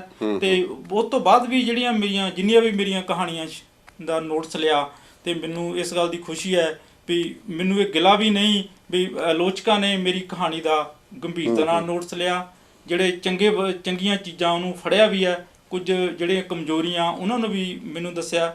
ਇਹੀ ਇੱਕ ਚੰਗੇ ਆਲੋਚਕ ਦੀ ਨਿਸ਼ਾਨੀ ਹੁੰਦੀ ਹੈ ਵੀ ਉਹ ਲੇਖਕ ਨੂੰ ਕਿੰਨੀ ਕੁ ਸੇਧ ਦਿੰਦਾ, ਕਿੰਨੀ ਕੁ ਇਮਾਨਦਾਰੀ ਨਾਲ ਆਲੋਚਨਾ ਕਰਦਾ। ਮੈਂ ਪੂਰੀ ਤਰ੍ਹਾਂ ਸੰਤੁਸ਼ਟ ਹਾਂ ਪੰਜਾਬੀ ਆਲੋਚਨਾ ਦੇ ਵਿੱਚ।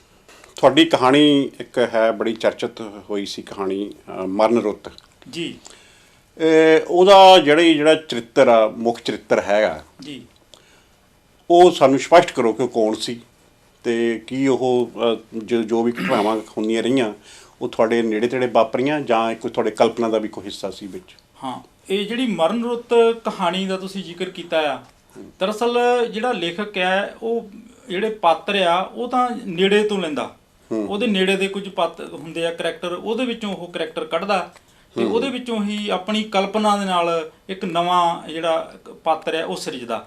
ਇਹ ਜਦੋਂ ਮੈਂ ਕਹਾਣੀ ਲਿਖਣੀ ਸੀ ਤੇ ਮੇਰੇ ਸਾਹਮਣੇ ਮੇਰੇ ਪਿਤਾ ਜੀ ਸੀ। ਮੈਂ ਉਹਦੇ ਬਾਰੇ ਉਹਨਾਂ ਬਾਰੇ ਲਿਖਣੀ ਚਾਹੁੰਦਾ ਸੀ ਵੀ ਇੱਕ ਜਿਹੜਾ ਬਾਪ ਦਾ ਜਿਹੜਾ ਬਿੰਬ ਆ ਪੰਜਾਬੀ ਕਹਾਣੀ ਵਿੱਚ, ਹਾਲਾਂਕਿ ਮੇਰੀ ਸਮੁੱਚੀ ਕਹਾਣੀ ਜੇ ਤੁਸੀਂ ਦੇਖੋਗੇ ਤਾਂ ਉਹਦੇ ਵਿੱਚ ਨਾ ਜਿਹੜਾ ਬਾਪ ਦਾ ਜਿਹੜਾ ਬਿੰਬ ਆ ਉਹ ਇੰਨਾ ਸਤਿਕਾਰ ਵਾਲਾ ਨਹੀਂ ਆਇਆ। ਉਹ ਸ਼ਾਇਦ ਮੈਨੂੰ ਐਂ ਲੱਗਦਾ ਵੀ ਮੈਨੂੰ ਜਿਹੜਾ ਬਾਪ ਦਾ ਜਿਹੜਾ ਪਿਆਰ ਆ ਮੇਰੀ ਜ਼ਿੰਦਗੀ ਵਿੱਚ ਉਹ ਇੰਨਾ ਵਧੀਆ ਮੈਨੂੰ ਮਿਲਿਆ ਨਹੀਂ ਪਿਆਰ, ਤੇ ਇਸੇ ਕਰਕੇ ਹੀ ਅਚੇਤ ਤੌਰ ਤੇ ਹੀ ਜਦੋਂ ਕਿਤੇ ਵੀ ਕਹਾਣੀ ਵਿੱਚ ਬਾਪ ਦਾ ਜਿਹੜਾ ਬਿੰਬ ਆਉਂਦਾ ਹੈ ਉਹ ਇੰਨਾ ਸਤਿਕਾਰ ਵਾਲਾ ਨਹੀਂ ਆਉਂਦਾ, ਉਹ ਨੈਗੇਟਿਵ ਆਉਂਦਾ। ਉਹ ਔਰਤ ਜਿਹੜਾ ਮਰਦ ਆ ਔਰਤ ਦਾ ਸ਼ੋਸ਼ਣ ਕਰਦਾ, ਬੱਚਿਆਂ ਦਾ ਸ਼ੋਸ਼ਣ ਕਰਦਾ। ਪਲੱਸ ਇਹਨੇ ਜਿਹੜੀ ਕਹਾਣੀ ਆ ਮਰਨ ਰੁੱਤ ਆ, ਮੈਂ ਮੇਰੇ ਸਾਹਮਣੇ ਬਾਪ ਸੀ ਜਦੋਂ ਮੈਂ ਲਿਖਣੀ ਸੀ, ਉਹ ਕਰੈਕਟਰ ਸੀ। ਫਿਰ ਮੈਂ ਆਪਣੀ ਕਲਪਨਾ ਦੇ ਨਾਲ ਉਸ ਬਾਪ ਦੇ ਕਰੈਕਟਰ ਚੋਂ ਇੱਕ ਨਵਾਂ ਕਰੈਕਟਰ ਪੈਦਾ ਕੀਤਾ। ਉਹਦੇ ਵਿੱਚ ਕੁਝ ਘਟਨਾਵਾਂ ਤਾਂ ਉਹਨਾਂ ਨਾਲ ਸੰਬੰਧਿਤ ਸੀ, ਠੀਕ ਹੈ। ਜ਼ਿੰਦਗੀ ਕੁਝ ਹੋਰ ਲੋਕਾਂ ਦੇ ਨਾਲ ਸੰਬੰਧਿਤ ਸੀ। ਉਹ ਜੋੜੀਆਂ ਗਈਆਂ ਨੇ। ਕਾਫੀ ਘਟਨਾਵਾਂ ਨੂੰ ਇੱਕ ਜੋੜ ਕੇ ਇੱਕ ਮੈਂ ਨਵਾਂ ਜਿਹੜਾ ਪਾਤਰ ਘੜਿਆ, ਤੇ ਉਹ ਪ੍ਰੇਮ ਪ੍ਰਕਾਸ਼ ਉਹ ਕਹਾਣੀ ਬੜੀ ਪਸੰਦ ਆਈ ਹੈ। ਉਹ ਕਹਿੰਦਾ ਵੀ ਇਹ ਪੰਜਾਬੀ ਕਹਾਣੀ ਵਿੱਚ ਇਸ ਤਰ੍ਹਾਂ ਦੀ ਕਹਾਣੀ ਮੈਂ ਕਦੀ ਪੜ੍ਹੀ ਨਹੀਂ। ਉਹ ਤੇ ਮੈਨੂੰ ਇਹ ਤਸੱਲੀ ਹੁੰਦੀ ਹੈ, ਉਹੀ ਕਹਾਣੀ ਜਿਹੜੀ ਹੈ ਲੋਕਾਂ ਤੱਕ ਹਰਮਨ ਪਿਆਰੀ ਹੁੰਦੀ ਹੈ, ਉਹਦੀ ਉਮਰ ਲੰਬੀ ਹੁੰਦੀ ਹੈ, ਜਿਹੜੀ ਹੈ ਉਹ ਜਿਹੜੀ ਕਹਾਣੀ ਹੈ ਸੱਚੀ ਹੋਵੇ, ਲੋਕਾਂ ਨੂੰ ਟੁੰਬੇ, ਪਾਠਕ ਨੂੰ ਐਂ ਲੱਗੇ ਵੀ ਇਹ ਮੇਰੀ ਕਹਾਣੀ ਹੈ, ਪਾਠਕ ਨੂੰ ਐਂ ਲੱਗੇ ਮੇਰੀ ਕਹਾਣੀ ਹੈ। ਉਹੀ ਜਿਹੜੀ ਕਹਾਣੀ ਮੈਂ ਕਹਿੰਦਾ ਵੀ ਜਿਉਂਦੀ ਰਹਿੰਦੀ ਹੈ ਦੇਰ ਤੱਕ। ਜਾਂ ਦਲਿਤ ਸਮਾਜ ਵਿੱਚ ਜਿੱਦਾਂ ਕਿ ਤੁਸੀਂ ਕਈ ਕਹਾਣੀਆਂ 'ਚ ਇਹ ਜ਼ਿਕਰ ਕੀਤਾ ਕਿ ਜਿਹੜੀਆਂ ਬਜ਼ੁਰਗ ਔਰਤਾਂ ਆ ਇਹ ਹੁੱਕੀ ਪੀਂਦੀਆਂ ਆ। ਇਹ ਸੁਣ ਕੇ ਬੜਾ ਅਜੀਬ ਜਿਹਾ ਲੱਗਦਾ ਹੈ ਅੱਜ ਕੱਲ੍ਹ ਦੇ। ਇਹ ਉਹਨਾਂ ਦੀ ਜਿਹੜੀ ਅਗਿਆਨਤਾ ਹੈ ਜਾਂ ਕੋਈ ਮਜਬੂਰੀ ਸੀ ਇਹ ਜਿਹੜਾ ਇਹ ਤੰਬਾਕੂ ਪੀਣਾ ਮਰਦਾਂ ਦੇ ਬਰਾਬਰ? ਜੀ ਇਹ ਜਿਹੜੀ ਇੱਕ ਮੇਰੀ ਕਹਾਣੀ ਕਸੂਰ ਬਾਰੇ 'ਚ ਇੱਕ ਔਰਤ ਜਿਹੜੀ ਬਜ਼ੁਰਗ ਔਰਤ ਆਉਂਦੀ ਹੈ ਜਿਹੜੀ ਉਹ ਹੁੱਕੀ ਪੀਂਦੀ ਹੈ, ਤੇ ਉਹ ਜਦੋਂ ਮੈਂ ਇਹ ਪਾਤਰ ਨੂੰ ਚਿਤਰਨਾ ਸੀ ਤੇ ਮੇਰੇ ਸਾਹਮਣੇ ਮੇਰੀ ਨਾਨੀ ਸੀ। ਮੈਂ ਤੁਹਾਨੂੰ ਪਹਿਲਾਂ ਵੀ ਜ਼ਿਕਰ ਕੀਤਾ। ਇਹ ਮੈਂ ਜਦੋਂ ਮੇਰੀ ਉਮਰ ਸੀ ਉਸ ਤੋਂ ਪਹਿਲਾਂ ਇੱਕ ਮੈਂ ਹੋਰ ਗੱਲ ਕਰਨੀ ਚਾਹੁੰਦਾ ਹਾਂ। ਮੇਰੀ ਜਵਾਨੀ ਦੀ ਜਿਹੜੀ ਉਮਰ ਸੀ ਤੇ ਮੈਂ ਉਹ ਜਵਾਨੀ ਦੇ ਇਸ਼ਕ ਮੁਸ਼ਕ ਦੀਆਂ ਕਹਾਣੀਆਂ ਨੇ ਲਿਖੀਆਂ। ਮੈਂ ਉਹ ਜਿਹੜੇ ਵਰਤਾਰੇ ਨੂੰ ਨਹੀਂ ਫੜਿਆ ਜਿਹੜੀ ਮੇਰੀ ਚੜ੍ਹਦੀ ਜਵਾਨੀ ਦੇ ਲੇਖਕ ਜਿਹੜੇ ਲਿਖਦੇ ਸੀ। ਮੈਨੂੰ ਸਮਝ ਨਹੀਂ ਲੱਗੀ ਵੀ ਇਹ ਜਿਹੜੇ ਬਜ਼ੁਰਗ ਪਾਤਰ ਕਿੱਥੋਂ ਆ ਗਏ ਮੇਰੇ ਕੋਲ, ਕਿ ਨਹੀਂ। ਬਜ਼ੁਰਗ ਪਾਤਰਾਂ ਦੀਆਂ ਮੈਂ ਗੱਲਾਂ ਕਰੀ ਜਾਂਦਾ ਹਾਂ ਤੇ ਨੌਜਵਾਨ ਉਹ ਵਲਵਲੇ ਉਹ ਕਹਾਣੀ ਵਿੱਚ ਮੇਰੇ ਕੋਲ ਹੈ ਹੀ ਨਹੀਂ। ਇਹ ਮੈਨੂੰ ਸਮਝ ਨਹੀਂ ਲੱਗੀ ਆਪਣੇ ਆਪ ਵਿੱਚ। ਉਹ ਇਹ ਮੈਂ ਬਜ਼ੁਰਗਾਂ ਬਾਰੇ ਸੋਚੀ ਜਾਂਦਾ ਹਾਂ। ਬਜ਼ੁਰਗ ਪਾਤਰ ਮੇਰੇ ਦਿਮਾਗ ਤੇ ਖੌਰੂ ਪਾਉਂਦੇ ਆ ਵੀ ਸਾਡੇ ਬਾਰੇ ਕਹਾਣੀ ਲਿਖ ਤੂੰ, ਇਹ ਜ਼ਰੂਰੀ ਹੈ। ਉਹ ਕਹਿੰਦੇ ਵੀ ਇਹ ਜ਼ਰੂਰੀ ਹੈ ਮਸਲਾ, ਇਹ ਮਸਲੇ ਨੂੰ ਤੂੰ ਫੜ। ਤੇ ਜਿਹੜੀ ਹੁੱਕੀ ਦਾ ਜਿਹੜਾ ਅਨੁਭਵ ਆ ਇਹ ਮੈਨੂੰ ਸੁਚੇਤ ਨਹੀਂ ਸੀ ਵੀ ਮੈਂ ਇਹ ਜਿਹੜੇ ਇਸ ਤਰ੍ਹਾਂ ਦਾ ਜਿਹੜਾ ਕਰੈਕਟਰ ਆਉਣਾ ਆ। ਮੇਰੇ ਜੋ ਕੁਛ ਵੀ ਮੈਂ ਆਲੇ ਦੁਆਲੇ ਦੇਖਿਆ ਜਿਹੜਾ ਕਰੈਕਟਰ ਸੀ ਉਹਦੇ ਵਿੱਚੋਂ ਹੀ ਇੱਕ ਮੈਂ ਕਰੈਕਟਰ ਘੜ ਲਿਆ। ਤੇ ਉਹ ਜਿਹੜੇ ਨਾਨੀ ਦੇ ਹੁੱਕੀ ਪੀਣ ਦੇ ਜਿਹੜੇ ਦ੍ਰਿਸ਼ ਆ ਉਹ ਮੈਂ ਬਹੁਤ ਮਹਿਸੂਸ ਕੀਤੇ ਸੀ। ਉਹ ਧੂਏ ਦਾ ਜਿਹੜਾ ਮਹਿਕ ਆ ਤੇ ਉਹ ਜਿਹੜੇ ਸਾਰੇ ਵਰਤਾਰੇ ਦ੍ਰਿਸ਼ ਆ ਉਹ ਮੈਂ ਕਹਾਣੀ 'ਚ ਪੇਸ਼ ਕੀਤੇ। ਮੈਨੂੰ ਲੱਗਦਾ ਵੀ ਉਹ ਪੰਜਾਬੀ ਕਹਾਣੀ ਵਿੱਚ ਇਸ ਤਰ੍ਹਾਂ ਦਾ ਇਹ ਜਿਹੜੇ ਦ੍ਰਿਸ਼ ਪਹਿਲਾਂ ਆਏ ਨਹੀਂ। ਇਸ ਤੋਂ ਇਲਾਵਾ ਜਦੋਂ ਇਹ ਕਹਾਣੀ ਛਪ ਗਈ ਤੇ ਕੁਝ ਲੇਖਕਾਂ ਨੇ ਮੇਰੇ ਸਮਕਾਲੀ ਲੇਖਕਾਂ ਨੇ ਇਹ ਬਜ਼ੁਰਗ ਔਰਤਾਂ ਨੂੰ ਪੇਸ਼ ਕੀਤਾ ਕਹਾਣੀ ਵਿੱਚ ਤੇ ਉਹ ਹੁੱਕੀ ਪੀਂਦੀਆਂ। ਮੰਨ ਲਓ ਇੱਕ ਜਿੰਦਰ ਦੀ ਕਹਾਣੀ 'ਚ ਇੱਕ ਔਰਤ ਆਉਂਦੀ ਹੈ, ਉਹ ਹੁੱਕੀ ਪੀਂਦੀ ਹੈ ਤੇ ਬਲੂ ਫਿਲਮ ਦੇਖਦੀ ਹੈ। ਮੰਨ ਲਓ ਧੱਕੇ ਨਾਲ ਜਾਣੀ ਕਿ ਇਸ ਤਰ੍ਹਾਂ ਦੇ ਦ੍ਰਿਸ਼ ਪਾਉਣ ਦੀ ਕੋਸ਼ਿਸ਼ ਕੀਤੀ ਵੀ ਸਾਡੀ ਕਹਾਣੀ ਵੀ ਜਿਹੜੀ ਹੈ ਸ਼ਾਇਦ ਇਹ ਇਸ ਤਰ੍ਹਾਂ ਦੇ ਦ੍ਰਿਸ਼ ਪਾਉਣ ਨਾਲ ਜਾਨਦਾਰ ਬਣ ਜਾਵੇ। ਇਹ ਇੱਕ ਕਿਸਮ ਦੀ ਮੈਂ ਆਪਣੀ ਪ੍ਰਾਪਤੀ ਵੀ ਸਮਝਦਾ ਵੀ ਲੋਕ ਮੇਰੀ ਦ੍ਰਿਸ਼ ਨੂੰ, ਮੇਰੇ ਕਹਾਣੀ ਨੂੰ, ਕਰੈਕਟਰਾਂ ਨੂੰ ਦਾ ਅਨੁਕਰਨ ਕਰਦੇ ਨੇ। ਇਸ ਤੋਂ ਪਹਿਲਾਂ ਨਹੀਂ ਸੀ ਕਿਸੇ ਨੇ ਵੀ ਨਹੀਂ ਲਿਖਿਆ ਹੈ। ਅੱਛਾ, ਤੁਹਾਡੀ ਆਪਣੇ ਰਸੂਲਪੁਰੀ ਜੀ ਇੱਕ ਕਹਾਣੀ ਹੈ ਰਹਿਮਤ ਮਸੀਹ ਮੱਟੂ। ਹਾਂਜੀ। ਉਹਦੇ ਵਿੱਚ ਤੁਸੀਂ ਇਹ ਇਸ਼ਾਰਾ ਕੀਤਾ ਆ ਜੀ ਕਿ ਦਲਿਤ ਲੋਕ ਹੀ ਦਲਿਤਾਂ ਨਾਲ ਵੀ ਆਪਣੇ ਵਿਤਕਰਾ ਕਰਦੇ ਆ। ਬਿਲਕੁਲ ਬਿਲਕੁਲ। ਤੇ ਇਹ ਤੁਹਾਨੂੰ ਜਿਹੜਾ ਚਰਿੱਤਰ ਸੀ ਇਹ ਤੁਹਾਡੇ ਜ਼ਿਹਨ 'ਚ ਕਿੱਦਾਂ ਆਇਆ? ਤੁਹਾਨੂੰ ਪਲਾਟ ਕਿੱਦਾਂ ਆਪਣੇ ਓੜਿਆ? ਹਾਂ, ਜਿਵੇਂ ਕਿ ਮੈਂ ਪਹਿਲਾਂ ਵੀ ਦੱਸਿਆ ਵੀ ਮੈਂ ਜਿਹੜੇ ਉਹੀ ਕਰੈਕਟਰ ਲਏ ਨੇ, ਉਹੀ ਜਿਹੜੀ ਕੰਟਰਾਡਿਕਸ਼ਨ ਆ ਸਾਡੇ ਸਮਾਜ ਦੇ ਲੋਕਾਂ ਦੀ, ਜਿਹੜੀ ਕੰਟਰਾਡਿਕਸ਼ਨ ਆ ਇੱਕ ਦੂਜੇ ਦਾ ਕਿਵੇਂ ਉਹ ਵਿਰੋਧ ਕਰਦੇ ਨੇ, ਇੱਕ ਦੂਜੇ ਦਾ ਕਿਵੇਂ ਸ਼ੋਸ਼ਣ ਕਰਦੇ ਨੇ, ਇੱਕ ਦੂਜੇ ਨੂੰ ਕਿਵੇਂ ਦਬਾਉਂਦੇ ਨੇ। ਇਸੇ ਕਹਾਣੀ ਵਿੱਚ ਵੀ ਇਸੇ ਤਰ੍ਹਾਂ ਦਾ ਕੁਝ ਵਰਤਾਰਾ ਵਾਪਰਦਾ ਆ। ਇਹ ਮੈਨੂੰ ਭੰਗੀ ਸਮਾਜ ਦੀ ਜਿਹੜੀ ਕਹਾਣੀ ਹੈ ਉਹ ਕਹਿੰਦਾ ਹੁੰਦਾ। ਉਹ ਜਿਹੜਾ ਹੈ ਉਹਦੇ ਵਿੱਚ ਇੱਕ ਕਰੈਕਟਰ ਆ ਪੜ੍ਹ ਲਿਖ ਕੇ ਗਿਆ ਭੰਗੀ ਸਮਾਜ ਵਿੱਚੋਂ, ਪੜ੍ਹ ਜਾਂਦਾ, ਮਾਸਟਰ ਬਣ ਜਾਂਦਾ ਆ ਤੇ ਫਿਰ ਉਹਨੂੰ ਕਿਸ ਤਰ੍ਹਾਂ ਦੀ ਜਿਹੜੀ ਸਮਾਜਿਕ ਪੀੜਾ ਹੰਢਾਉਣੀ ਪੈਂਦੀ ਹੈ।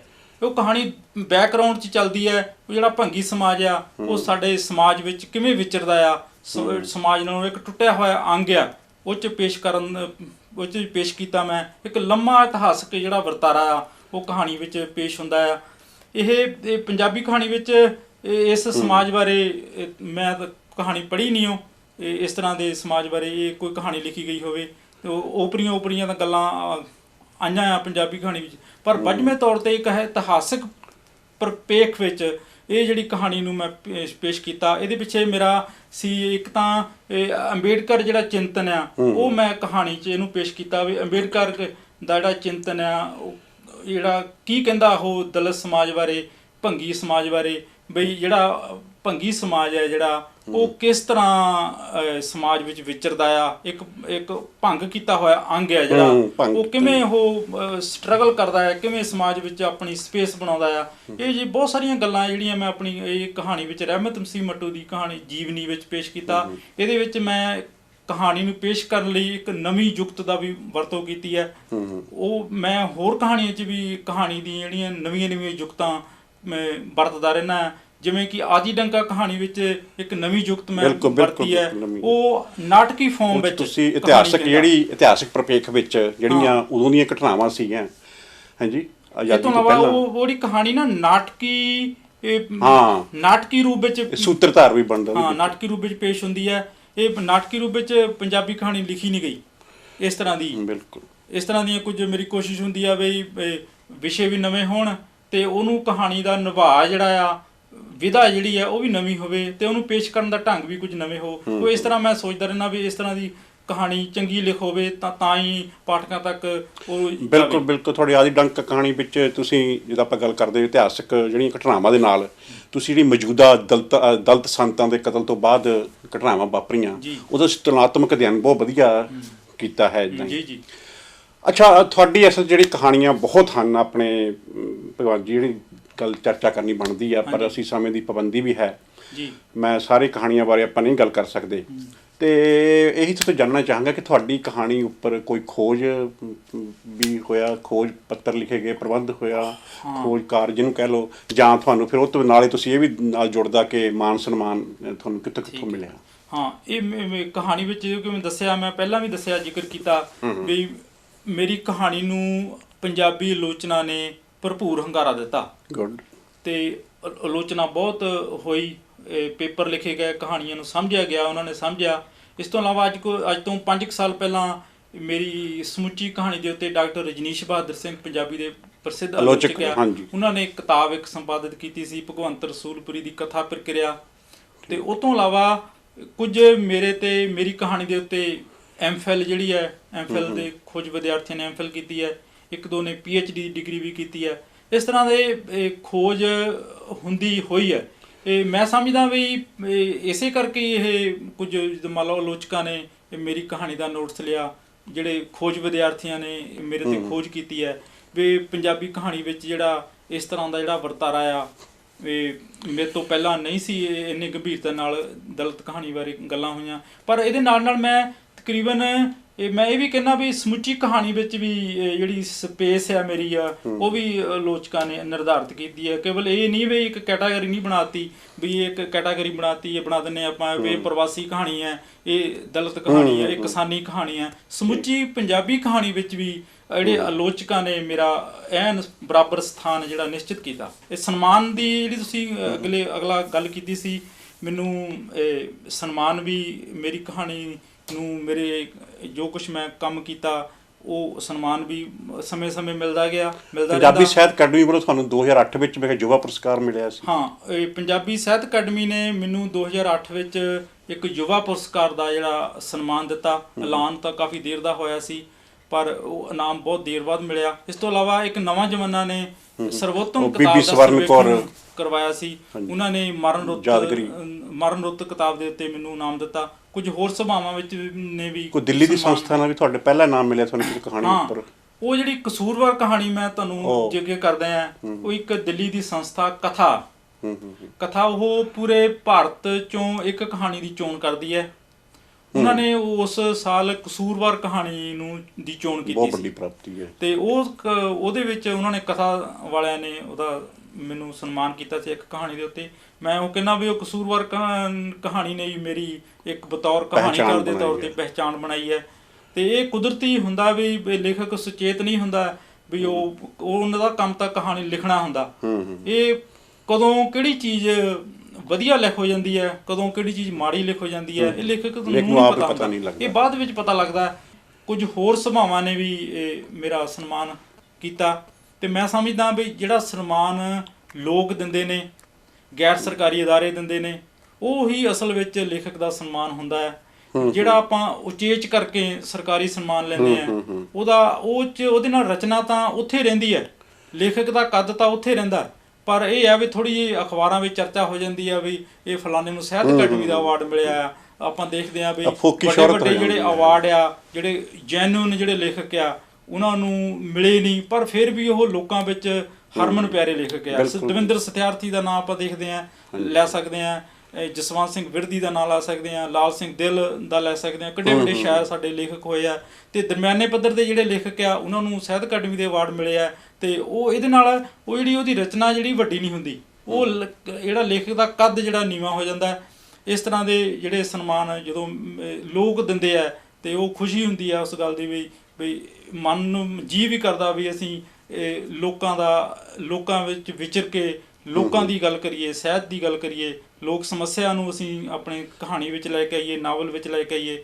ਇਸ ਤਰ੍ਹਾਂ ਦੀ ਮੇਰੀਆਂ ਕੁਝ ਧਾਰਨਾਵਾਂ ਨੇ। ਅੱਛਾ, ਤੁਸੀਂ ਇੱਕ ਤ੍ਰੈਮਾਸਿਕ ਰਸਾਲਾ ਕਹਾਣੀ ਧਾਰਾ ਦਾ ਵੀ ਸੰਚਾਲਨ ਕਰ ਰਹੇ ਹੋ ਜੀ।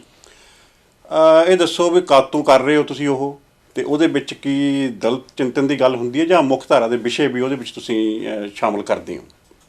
ਇਹ ਤੁਹਾਡਾ ਸਵਾਲ ਬਹੁਤ ਵਧੀਆ ਹੈ। ਮੈਂ ਜਦੋਂ ਇੱਧਰ ਸਾਹਿਤ ਵਿੱਚ ਆਇਆ ਤੇ ਮੇਰੀ ਕੋਸ਼ਿਸ਼ ਸੀ ਵੀ ਮੈਂ ਕੁਝ ਰੋਜ਼ਗਾਰ ਲਈ ਕੰਮ ਕਰਾਂ। ਇਸ ਦੇ ਲਈ ਮੈਂ ਇਸ ਤੋਂ ਪਹਿਲਾਂ ਇੱਕ ਮੈਗਜ਼ੀਨ ਕੱਢਿਆ, ਕਮਰਸ਼ੀਅਲ ਮੈਗਜ਼ੀਨ ਸੁਰ ਸਾਂਝ। ਉਹ 5-6 ਸਾਲ ਮੈਂ ਕੱਢਿਆ ਤੇ ਮੈਨੂੰ ਐਂ ਲੱਗਾ ਵੀ ਮੈਂ ਜਿਹੜੀ ਮੇਰੀ એનર્ਜੀ ਹੈ ਨਾ, ਮੈਂ ਫਜ਼ੂਲ ਵੇਸਟ ਕਰ ਰਿਹਾ। ਤੇ ਇਸੇ ਲਈ ਕੁਝ ਮੈਂ ਫਿਰ ਸਲਾਹ ਬਣਾਈ ਕੋਈ ਸਾਹਿਤਕ ਮੈਗਜ਼ੀਨ ਕੱਢਿਆ ਜਾਵੇ। ਤੇ ਮੇਰੇ ਮਨ ਵਿੱਚ ਕੁਝ ਵਿਚਾਰ ਸੀ, ਕੁਝ ਮੁੱਦੇ ਸੀ ਜਿਹੜੇ ਮੈਂ ਆਪਣੇ ਪਰਚੇ ਰਾਹੀਂ ਉਭਾਰਨੇ ਚਾਹੁੰਦਾ ਸੀ। ਇਹ ਕੁਝ ਮੁੱਦਿਆਂ ਨੂੰ ਲੈ ਕੇ ਮੈਂ ਕਹਾਣੀ ਧਾਰਾ ਜਿਹੜਾ ਤ੍ਰੈਮਾਸਿਕ ਮੈਗਜ਼ੀਨ ਜਿਹੜਾ ਸ਼ੁਰੂ ਕੀਤਾ, ਇਹ ਮੇਰੇ ਮਨ ਵਿੱਚ ਸੀ ਵੀ ਮੈਂ ਗਲਪ ਦੇ ਉੱਤੇ ਹੀ ਇਹਨੂੰ ਕੇਂਦਰਿਤ ਕਰਨਾ ਆ। ਕਵਿਤਾ ਜਿਹੜੇ ਆ ਸਾਰੇ ਮੈਗਜ਼ੀਨ ਛਾਪਦੇ ਆ, ਗਲਪ ਪਲੱਸ ਵਿਚਾਰਤਰਕ ਜਿਹੜੇ ਮੁੱਦੇ ਨੇ, ਲੇਖ ਨੇ, ਕੁਝ ਵਿਚਾਰ ਉਤੇਜਕ ਲੇਖ ਨੇ, ਉਹ ਮੈਂ ਵਿੱਚ ਇਹਦੇ ਛਾਪਣੇ ਆ। ਪਲੱਸ ਕਹਾਣੀ ਨਾਵਲ ਦੇ ਨਾਲ ਹੋਰ ਜਿਹੜੇ ਕਦੇ ਸਮੇਂ ਜਿਹੜੇ ਕੁਝ ਵਿਸ਼ੇਸ਼ ਜਿਹੜੇ ਅੰਕ ਮੈਂ ਕੱਢੇ ਆ, ਜਿਵੇਂ ਮਾਂ ਵਿਸ਼ੇਸ਼ ਅੰਕ ਹੈ, ਪਿਤਾ ਵਿਸ਼ੇਸ਼ ਅੰਕ ਹੈ, ਯਾਦਾਂ ਵਿਸ਼ੇਸ਼ ਅੰਕ ਹੈ, ਮਰਾਠੀ ਜਿਹੜਾ ਦਲਿਤ ਕਹਾਣੀ ਹੈ, ਹਿੰਦੀ ਦਲਿਤ ਕਹਾਣੀ ਹੈ, ਇਸ ਤਰ੍ਹਾਂ ਦੇ ਕੁਝ ਵਿਸ਼ੇਸ਼ ਅੰਕ ਵੀ ਮੈਂ ਲਿਖਿਆ। ਪਰ ਮੇਰੇ ਮਨ ਵਿੱਚ ਇਹ ਨਹੀਂ ਸੀ ਵੀ ਮੈਂ ਇਹ ਆਪਣੇ ਪਰਚੇ ਨਾਲ ਹੀ ਦਲਿਤ ਸਾਹਿਤ ਹੀ ਉਭਾਰਨਾ। ਮੇਰੇ ਸੀ ਵੀ ਮੈਂ ਜਿਹੜਾ ਨਾ ਪੰਜਾਬੀ ਸਾਹਿਤ ਵਿੱਚ ਕੁਝ ਗਲਤ ਹੋ ਰਿਹਾ, ਸੰਸਥਾਵਾਂ ਵਿੱਚ ਕੁਝ ਗਲਤ ਹੋ ਰਿਹਾ, ਕੁਝ ਲੇਖਕ ਜਿਹੜੇ ਪ੍ਰਮੋਟ ਕਰ ਰਹੇ ਨੇ ਆਪਣੇ ਆਪ ਨੂੰ, ਉਹ ਮੈਂ ਕੁਝ ਮੁੱਦੇ ਲੈ ਕੇ ਆਉਣਾ ਚਾਹੁੰਦਾ ਸੀ ਇਸ ਪਰਚੇ ਰਾਹੀਂ। ਸੱਚ ਪੇਸ਼ ਕਰਨਾ ਚਾਹੁੰਦਾ ਸੀ। ਸਰਕਾਰੀ ਅਦਾਰਿਆਂ ਵਿੱਚ ਜਿਹੜੇ ਗੈਰ ਸਰਕਾਰੀ ਜਿਹੜੇ ਅਦਾਰੇ ਆ ਉਹ ਕਿਸ ਤਰ੍ਹਾਂ ਆਪਣੀ ਮੋਨੋਪੋਲੀ ਕਰ ਰਹੇ ਨੇ, ਇਹੋ ਜਿਹੇ ਮੁੱਦੇ ਮੈਂ ਆਪਣੇ ਪਰਚੇ 'ਚ ਉਭਾਰਨੇ ਚਾਹੁੰਦਾ ਸੀ। ਸੋ ਮੈਂ ਇਹ ਕਿਸੇ ਵੀ ਤਰ੍ਹਾਂ ਦਾ ਪਰਚੇ 'ਚ ਸਮਝੌਤਾ ਨਹੀਂ ਕੀਤਾ। ਕਿਸੇ ਨੂੰ ਵੀ ਜਿੰਨੀ ਕੁ ਮੇਰੇ 'ਚ ਸਮਰੱਥਾ ਆ ਉਹ ਮੈਂ ਪਰਚਾ ਹੁਣ ਤੱਕ ਨਿਰੰਤਰ ਕੱਢਦਾ ਆ ਰਿਹਾ। 10 ਸਾਲ ਹੋ ਗਏ ਪਰਚੇ ਨੂੰ, ਤੇ ਉਮੀਦ ਹੈ ਮੈਂ ਜਿੰਨਾ ਚਿਰ ਮੇਰਾ ਹੈ ਸਮਰੱਥਾ ਆ ਉਹ ਪਰਚੇ ਨੂੰ ਮੈਂ ਜਾਰੀ ਰੱਖਾਂਗਾ। ਇਸ ਤਰ੍ਹਾਂ ਦੇ ਸੀ। ਠੀਕ ਹੈ ਜੀ। ਭਗਵੰਤ ਜੀ, ਅਸੀਂ ਸੁਣਿਆ ਕਿ ਤੁਸੀਂ ਜਲੰਧਰ ਵਿੱਚ ਇੱਕ ਪ੍ਰਵਾਜ਼ ਪ੍ਰਕਾਸ਼ਨ ਨਾਂ ਦੀ ਸੰਸਥਾ ਵੀ ਚਲਾਈ ਹੋਈ ਹੈ। ਭਾਵ ਤੁਸੀਂ ਬਹੁਤ ਹੀ ਉੱਥੇ ਕਹਿੰਦੇ ਅੱਛੀਆਂ ਕਿਤਾਬਾਂ ਛਾਪੀਆਂ। ਦੱਸੋ ਤੁਸੀਂ ਵੀ ਤੁਸੀਂ ਕਿਸ ਸੋਚ ਦੀਆਂ ਕਿਤਾਬਾਂ ਛਾਪਦੇ ਹੋ ਤੇ ਕਿੰਨੀਆਂ ਕਿਤਾਬਾਂ ਅਜੇ ਤੱਕ ਛਾਪ ਚੁੱਕੇ ਹੋ ਤੁਸੀਂ? ਹਾਂ, ਇਹਦੇ ਨਾਲ ਜਦੋਂ ਮੈਂ ਆਪਣਾ ਕਹਾਣੀ ਧਾਰਾ ਮੈਗਜ਼ੀਨ ਸ਼ੁਰੂ ਕੀਤਾ ਤੇ ਉਹ ਚੱਲ ਗਿਆ, ਮੇਰੇ ਮਨ ਵਿੱਚ ਵਿਚਾਰ ਆਇਆ ਕਿਉਂ ਨਾ ਇਹ ਜਿਹੜਾ ਪਬਲੀਕੇਸ਼ਨ ਦਾ ਜਿਹੜਾ ਕੰਮ ਆ ਉਹ ਕੀਤਾ ਜਾਵੇ। ਪਬਲੀਕੇਸ਼ਨ ਦੇ ਕੰਮ 'ਚ ਮੇਰੇ ਮਨ ਵਿੱਚ ਇਸ ਤਰ੍ਹਾਂ ਦੀਆਂ ਕੁਝ ਗੱਲਾਂ ਸੀ ਵੀ ਮੇਰੇ ਮਨ ਵਿੱਚ ਸੀ ਵੀ ਕੁਝ ਜਿਹੜਾ ਨਾ ਚੰਗਾ ਜਿਹੜਾ ਸਾਹਿਤ ਆ, ਜਿਹੜਾ ਲੋਕ ਪੜ੍ਹਨਾ ਚਾਹੁੰਦੇ ਆ, ਉਹ ਛਾਪਿਆ ਜਾਵੇ ਤੇ ਵਧੀਆ ਤਰੀਕੇ ਨਾਲ ਛਾਪਿਆ ਜਾਵੇ। ਸੋ ਉਹ ਗੱਲਾਂ ਨੂੰ ਲੈ ਕੇ ਮੈਂ ਇਹ ਪਬਲੀਕੇਸ਼ਨ ਸ਼ੁਰੂ ਕੀਤਾ। ਇਹਦੇ ਵਿੱਚ ਮੈਂ ਬਹੁਤ ਹੀ ਜਿਹੜੇ ਨਾਮਵਰ ਜਿਹੜੇ ਲੇਖਕ ਆ ਉਹਨਾਂ ਦੀਆਂ ਕਿਤਾਬਾਂ ਛਾਪੀਆਂ, ਜਿਨ੍ਹਾਂ ਵਿੱਚ ਤੁਸੀਂ ਸਾਹਿਤ ਅਕੈਡਮੀ ਅਵਾਰਡ ਜੇਤੂ ਨਿਰੰਜਨ ਤਸਨੀਮ ਕਹਿ ਸਕਦੇ ਆ, ਸਰੂਪ ਸਿਆਲਵੀ ਦੀ ਜਿਹੜੀਆਂ ਕਹਾਣੀਆਂ ਆ, ਮੋਹਨ ਸਿੰਘ ਕੁੱਕੜਪਿੰਡੀ ਦੇ ਕੁਝ ਕਿਤਾਬਾਂ ਆ, ਕੁਝ ਹੋਰ ਸੋਸ਼ਲ ਮੁੱਦਿਆਂ ਨੂੰ ਲੈ ਕੇ ਕੁਝ ਮੈਂ ਕਿਤਾਬਾਂ ਅਨੁਵਾਦ ਕਰਵਾ ਕੇ ਵੀ ਕਿਤਾਬਾਂ ਛਾਪੀਆਂ। ਕੁਝ ਮੇਰੇ ਮਨ 'ਚ ਭਵਿੱਖ ਵਿੱਚ ਇਸ ਤਰ੍ਹਾਂ ਦਾ ਇੱਕ ਕੁਝ ਪ੍ਰੋਜੈਕਟ ਆ, ਕੁਝ ਜਿਹੜੀਆਂ ਹਿੰਦੀ ਜਾਂ ਹੋਰ ਭਾਸ਼ਾਵਾਂ ਵਿੱਚ ਜਿਹੜੀਆਂ ਵਧੀਆ ਕਿਤਾਬਾਂ ਆ, ਕਹਾਣੀ ਸੰਗ੍ਰਹਿ ਆ, ਨਾਵਲ ਆ, ਸਵੈ ਜੀਵਨੀਆਂ, ਉਹਨਾਂ ਦਾ ਅਨੁਵਾਦ ਕਰਵਾ ਕੇ ਮੈਂ ਪੰਜਾਬੀ 'ਚ ਛਾਪਾਂ।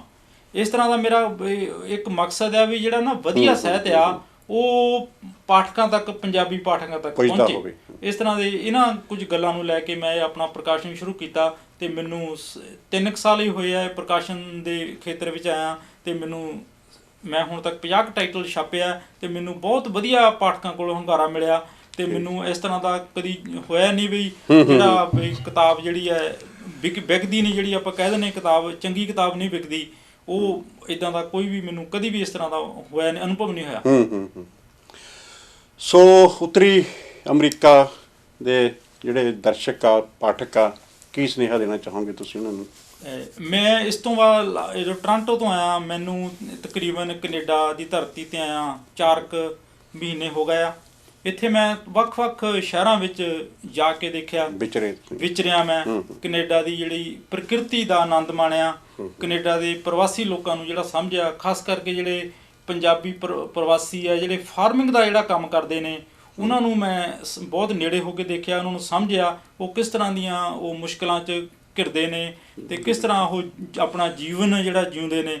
ਅਤੇ ਮੈਨੂੰ ਸੱਚੀ ਮੁੱਚੀ ਜਿਹੜਾ ਬਹੁਤ ਵਿਸ਼ਾਲ ਜਿਹੜਾ ਅਨੁਭਵ ਆ ਮੈਂ ਲੈ ਕੇ ਜਾ ਰਿਹਾ ਹਾਂ ਵੀ ਜਦੋਂ ਅਸੀਂ ਵਿਚਰਦੇ ਹਾਂ ਸਮਾਜ ਵਿੱਚ ਅਤੇ ਫਿਰ ਇਹ ਸਾਨੂੰ ਪਤਾ ਲੱਗਦਾ ਹੈ ਬਈ ਇਹ ਜਿਹੜੇ ਲੋਕ ਆ ਇਹ ਕਿਸ ਤਰ੍ਹਾਂ ਜਿਹੜੀ ਜ਼ਿੰਦਗੀ ਜਿਉਂਦੇ ਨੇ, ਇਹਨਾਂ ਦਾ ਸਮਾਜਿਕ ਸਟੇਟਸ ਕਿਸ ਤਰ੍ਹਾਂ ਦਾ ਆ, ਇਹਨਾਂ ਦਾ ਧਾਰਮਿਕ ਸਟੇਟਸ ਕਿਸ ਤਰ੍ਹਾਂ ਦਾ, ਇਹਨਾਂ ਦੀ ਸੋਸ਼ਲ ਲਾਈਫ ਕਿਸ ਤਰ੍ਹਾਂ ਦੀ ਹੈ।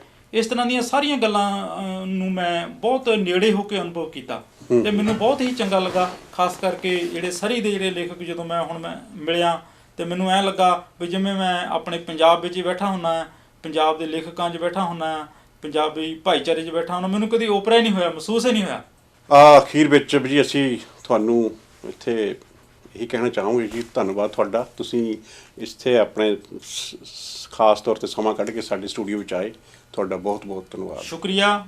ਤੁਸੀਂ ਮੇਰੀਆਂ ਜਿਹੜੀਆਂ ਗੱਲਾਂ ਆ ਪ੍ਰਵਾਸੀ ਜਿਹੜੇ ਪੰਜਾਬੀਆਂ ਤੱਕ ਇਸ ਮਾਧਿਅਮ ਰਾਹੀਂ ਲੈ ਕੇ ਜਾ ਰਹੇ ਹੋ, ਇਹ ਮੈਨੂੰ ਇਸ ਗੱਲ ਦੀ ਬਹੁਤ ਹੀ ਵੱਧ ਖੁਸ਼ੀ ਹੈ ਵੀ ਮੇਰੇ ਜਿਹੜੇ ਅਨੁਭਵ ਆ ਜੋ ਮੈਂ ਲਿਖਦਾ ਆ ਉਹ ਜਿਹੜੇ ਤੁਹਾਡੇ ਤੱਕ ਪਹੁੰਚ ਰਹੇ ਨੇ ਇਸ ਮਾਧਿਅਮ ਰਾਹੀਂ। ਤੁਹਾਡਾ ਬਹੁਤ ਬਹੁਤ ਧੰਨਵਾਦ। ਸ਼ੁਕਰੀਆ ਜੀ। आज द सरप्राइज ਵੇਖਣ ਤੋਂ ਬਾਅਦ ਪੂਰੀ ਦੁਨੀਆ ਨੂੰ ਅਸਲੀ ਪਿਆਰ ਦਾ ਪਤਾ ਚੱਲ ਜਾਏਗਾ। असली प्यार यानी फाइबरटेक, क्वालिटी प्रोडक्ट्स, बेहतरीन डिजाइन्स। की गल है, अज फाइबरटेक तो किचन सिंक घर लेके जाना है या फिर सुपने ही देखी जाने हैं? Fibertech Distributors serves all across North America. 604-507-2199. fibertechbc.ca। ਕਿਸੇ ਵੀ ਇੰਜਰੀ ਨੂੰ ਠੀਕ ਕਰਨ ਦੇ ਕਈ ਤਰੀਕੇ ਹੋ ਸਕਦੇ ਨੇ, ਪਰ ਉਸ ਪ੍ਰੋਬਲਮ ਦਾ ਸਭ ਤੋਂ ਵਧੀਆ ਤੇ ਇਫੈਕਟਿਵ ਇਲਾਜ ਲੱਭਣਾ ਤੁਹਾਨੂੰ ਟ੍ਰੀਟਮੈਂਟ ਕਰਨ ਵਾਲਿਆਂ ਦੀ ਜ਼ਿੰਮੇਵਾਰੀ ਬਣਦੀ ਹੈ। ਅਸੀਂ ਏਪੈਕਸ ਫਿਜ਼ੀਓਥੈਰੇਪੀ ਤੇ ਹਰ ਇੱਕ ਪ੍ਰੋਬਲਮ ਦਾ ਪ੍ਰੋਪਰ ਅਸੈਸਮੈਂਟ ਤੇ ਡਾਇਗਨੋਸਿਸ ਕਰਨ ਤੋਂ ਬਾਅਦ ਸਾਇੰਟਿਫਿਕ ਤਰੀਕੇ ਨਾਲ ਇਲਾਜ ਕਰਦੇ हैं। इंजरी के बाद शरीर के कुछ जोड़ पूरी तरह मूव नहीं करते या डिस्क दब जाती है, जिन्हें हम मोबिलाइज, मैनिपुलेट या ट्रैक्शन से ठीक कर सकते हैं। Injuries can cause increased sensitivity to pain and loss of function, which can be treated by acupuncture and functional dry needling. ਹਰ ਇੱਕ ਇੰਜਰੀ ਤੁਹਾਨੂੰ ਤੇ ਤੁਹਾਡੇ ਮਸਲਸ ਨੂੰ ਵੀਕ ਕਰਦੀ ਹੈ। ਅਸੀਂ ਇੱਥੇ ਉਹਨਾਂ ਦੀ ਸਪੈਸੀਫਿਕ ਐਕਸਰਸਾਈਜ਼, ਸਟ੍ਰੈਚਿੰਗ ਤੇ ਸਟੀਮੂਲੇਸ਼ਨ ਕਰਕੇ ਉਹਨਾਂ ਨੂੰ ਠੀਕ ਕਰਦੇ ਹਾਂ। ਤੁਸੀਂ ਸਭ ਜਗ੍ਹਾ ਟ੍ਰੀਟਮੈਂਟ ਕਰਾ ਕੇ ਵੀ ਜੇ ਠੀਕ ਨਹੀਂ ਹੋਏ तो एक बार साडे क्लिनिक ते जरूर आओ। You will feel the difference. हेर मोटर्स वालियां दे सैकड़े गड्डियां छोटियां वड्डियां फनास ने कर दे तली ते चाबी धर दे लैनी वैन कारगो जे लैनी वैन कारगो जे भावें पिक अप लेना चाहे तक मिलो एक मेर अजीत सिंह हेर वेट थोड़ी कर दे। Hair Motors, 12375 King George Highway, Surrey. Call 580-7755. हेर मोटर्स AAA Auto Body ਆਪਣੇ ਭਰਾਵਾਂ ਦੀ ਬਰਨਵੀ ਵਿੱਚ one of the biggest ICBC authorized auto body shop, ਜਿਨ੍ਹਾਂ ਕੋਲ ਐਕਸਪ੍ਰੈਸ ਵੈਲੇ ਸਰਵਿਸ ਤੋਂ ਇਲਾਵਾ ਐਕਸਪੀਰੀਅੰਸ ਅਤੇ ਸਰਟੀਫਾਈਡ ਟੈਕਨੀਸ਼ੀਅਨਸ ਵੀ ਹਨ ਤੇ ਬਿਨਾਂ ਸ਼ੱਕ high tech computerised paint shop booth ਦੀ ਵੀ ਫੈਸਿਲਿਟੀ ਹੈਗੀ। ਤੁਹਾਡੇ ਸਾਰੀ ਜ਼ਰੂਰਤਾਂ ਲਈ ਜਿਵੇਂ ਡੈਂਟਿੰਗ, ਪੇਂਟਿੰਗ ਜਾਂ ਕੋਲੀਜਨ ਸਰਵਿਸਿਜ਼ ਲਈ ਫੋਨ ਕਰੋ Harmesh Sharma 604-299-1054. They can handle ICBC claim and inspection independently. ਕੀ ਹੋਇਆ? ਕਿਸ ਨਾਲ ਲੜ ਕੇ ਆਈ ਹੈ? ਤਾਂ ਹਰ ਵੇਲੇ ਮਜ਼ਾਕ ਹੀ ਸੁਝਦਾ ਹੈ। ਕੀ ਹੋਇਆ? ਆ ਮੰਮੀ ਡੈਡੀ ਨੂੰ ਇੰਡੀਆ ਤੋਂ ਸੁਪਰ ਵੀਜ਼ੇ ਤੇ ਮੰਗਾਉਣ ਲਈ ਇਮੀਗ੍ਰੇਸ਼ਨ ਨੇ ਮੇਰੀਆਂ ਗੁੱਟੀਆਂ ਕਮਾਈਆਂ ਪਈਆਂ ਨੇ। ਕੀ ਕਹਿੰਦੇ ਆ? ਕਦੇ ਕਦੇ ਆ ਪੇਪਰ ਲੈ ਕੇ ਆਓ, ਕਦੇ ਆ ਪੇਪਰ ਲੈ ਕੇ। ਓ ਮਾਈ ਗॉड, ਮੈਂ ਤਾਂ ਦੁਖੀ ਹੋ ਚੁੱਕੀ ਹਾਂ। ਬਸ ਇੰਨੀ ਗੱਲ ਤੋਂ ਘਬਰਾ ਗਈ ਆਹ ਇੰਨੀ ਕੀ ਗੱਲ ਆ? ਜਦੋਂ ਆਪਾਂ ਨਾ ਕ੍ਰਾਊਨ ਇਮੀਗ੍ਰੇਸ਼ਨ ਦੇ ਰਾਜਪਾਲ ਹੋਲਟੀਅਰ ਨੂੰ ਮਿਲੇ ਨਾ ਤਾਂ ਉਹਨਾਂ ਨੇ ਕੰਮ ਮਿੰਟਾਂ ਸਕਿੰਟਾਂ 'ਚ ਕਰ ਦੇਣੇ ਨੇ। ਸੱਚੀ ਮੈਂ ਤਾਂ ਐਵੇਂ ਘਬਰਾ ਗਈ ਸੀਗੀ। 9057897744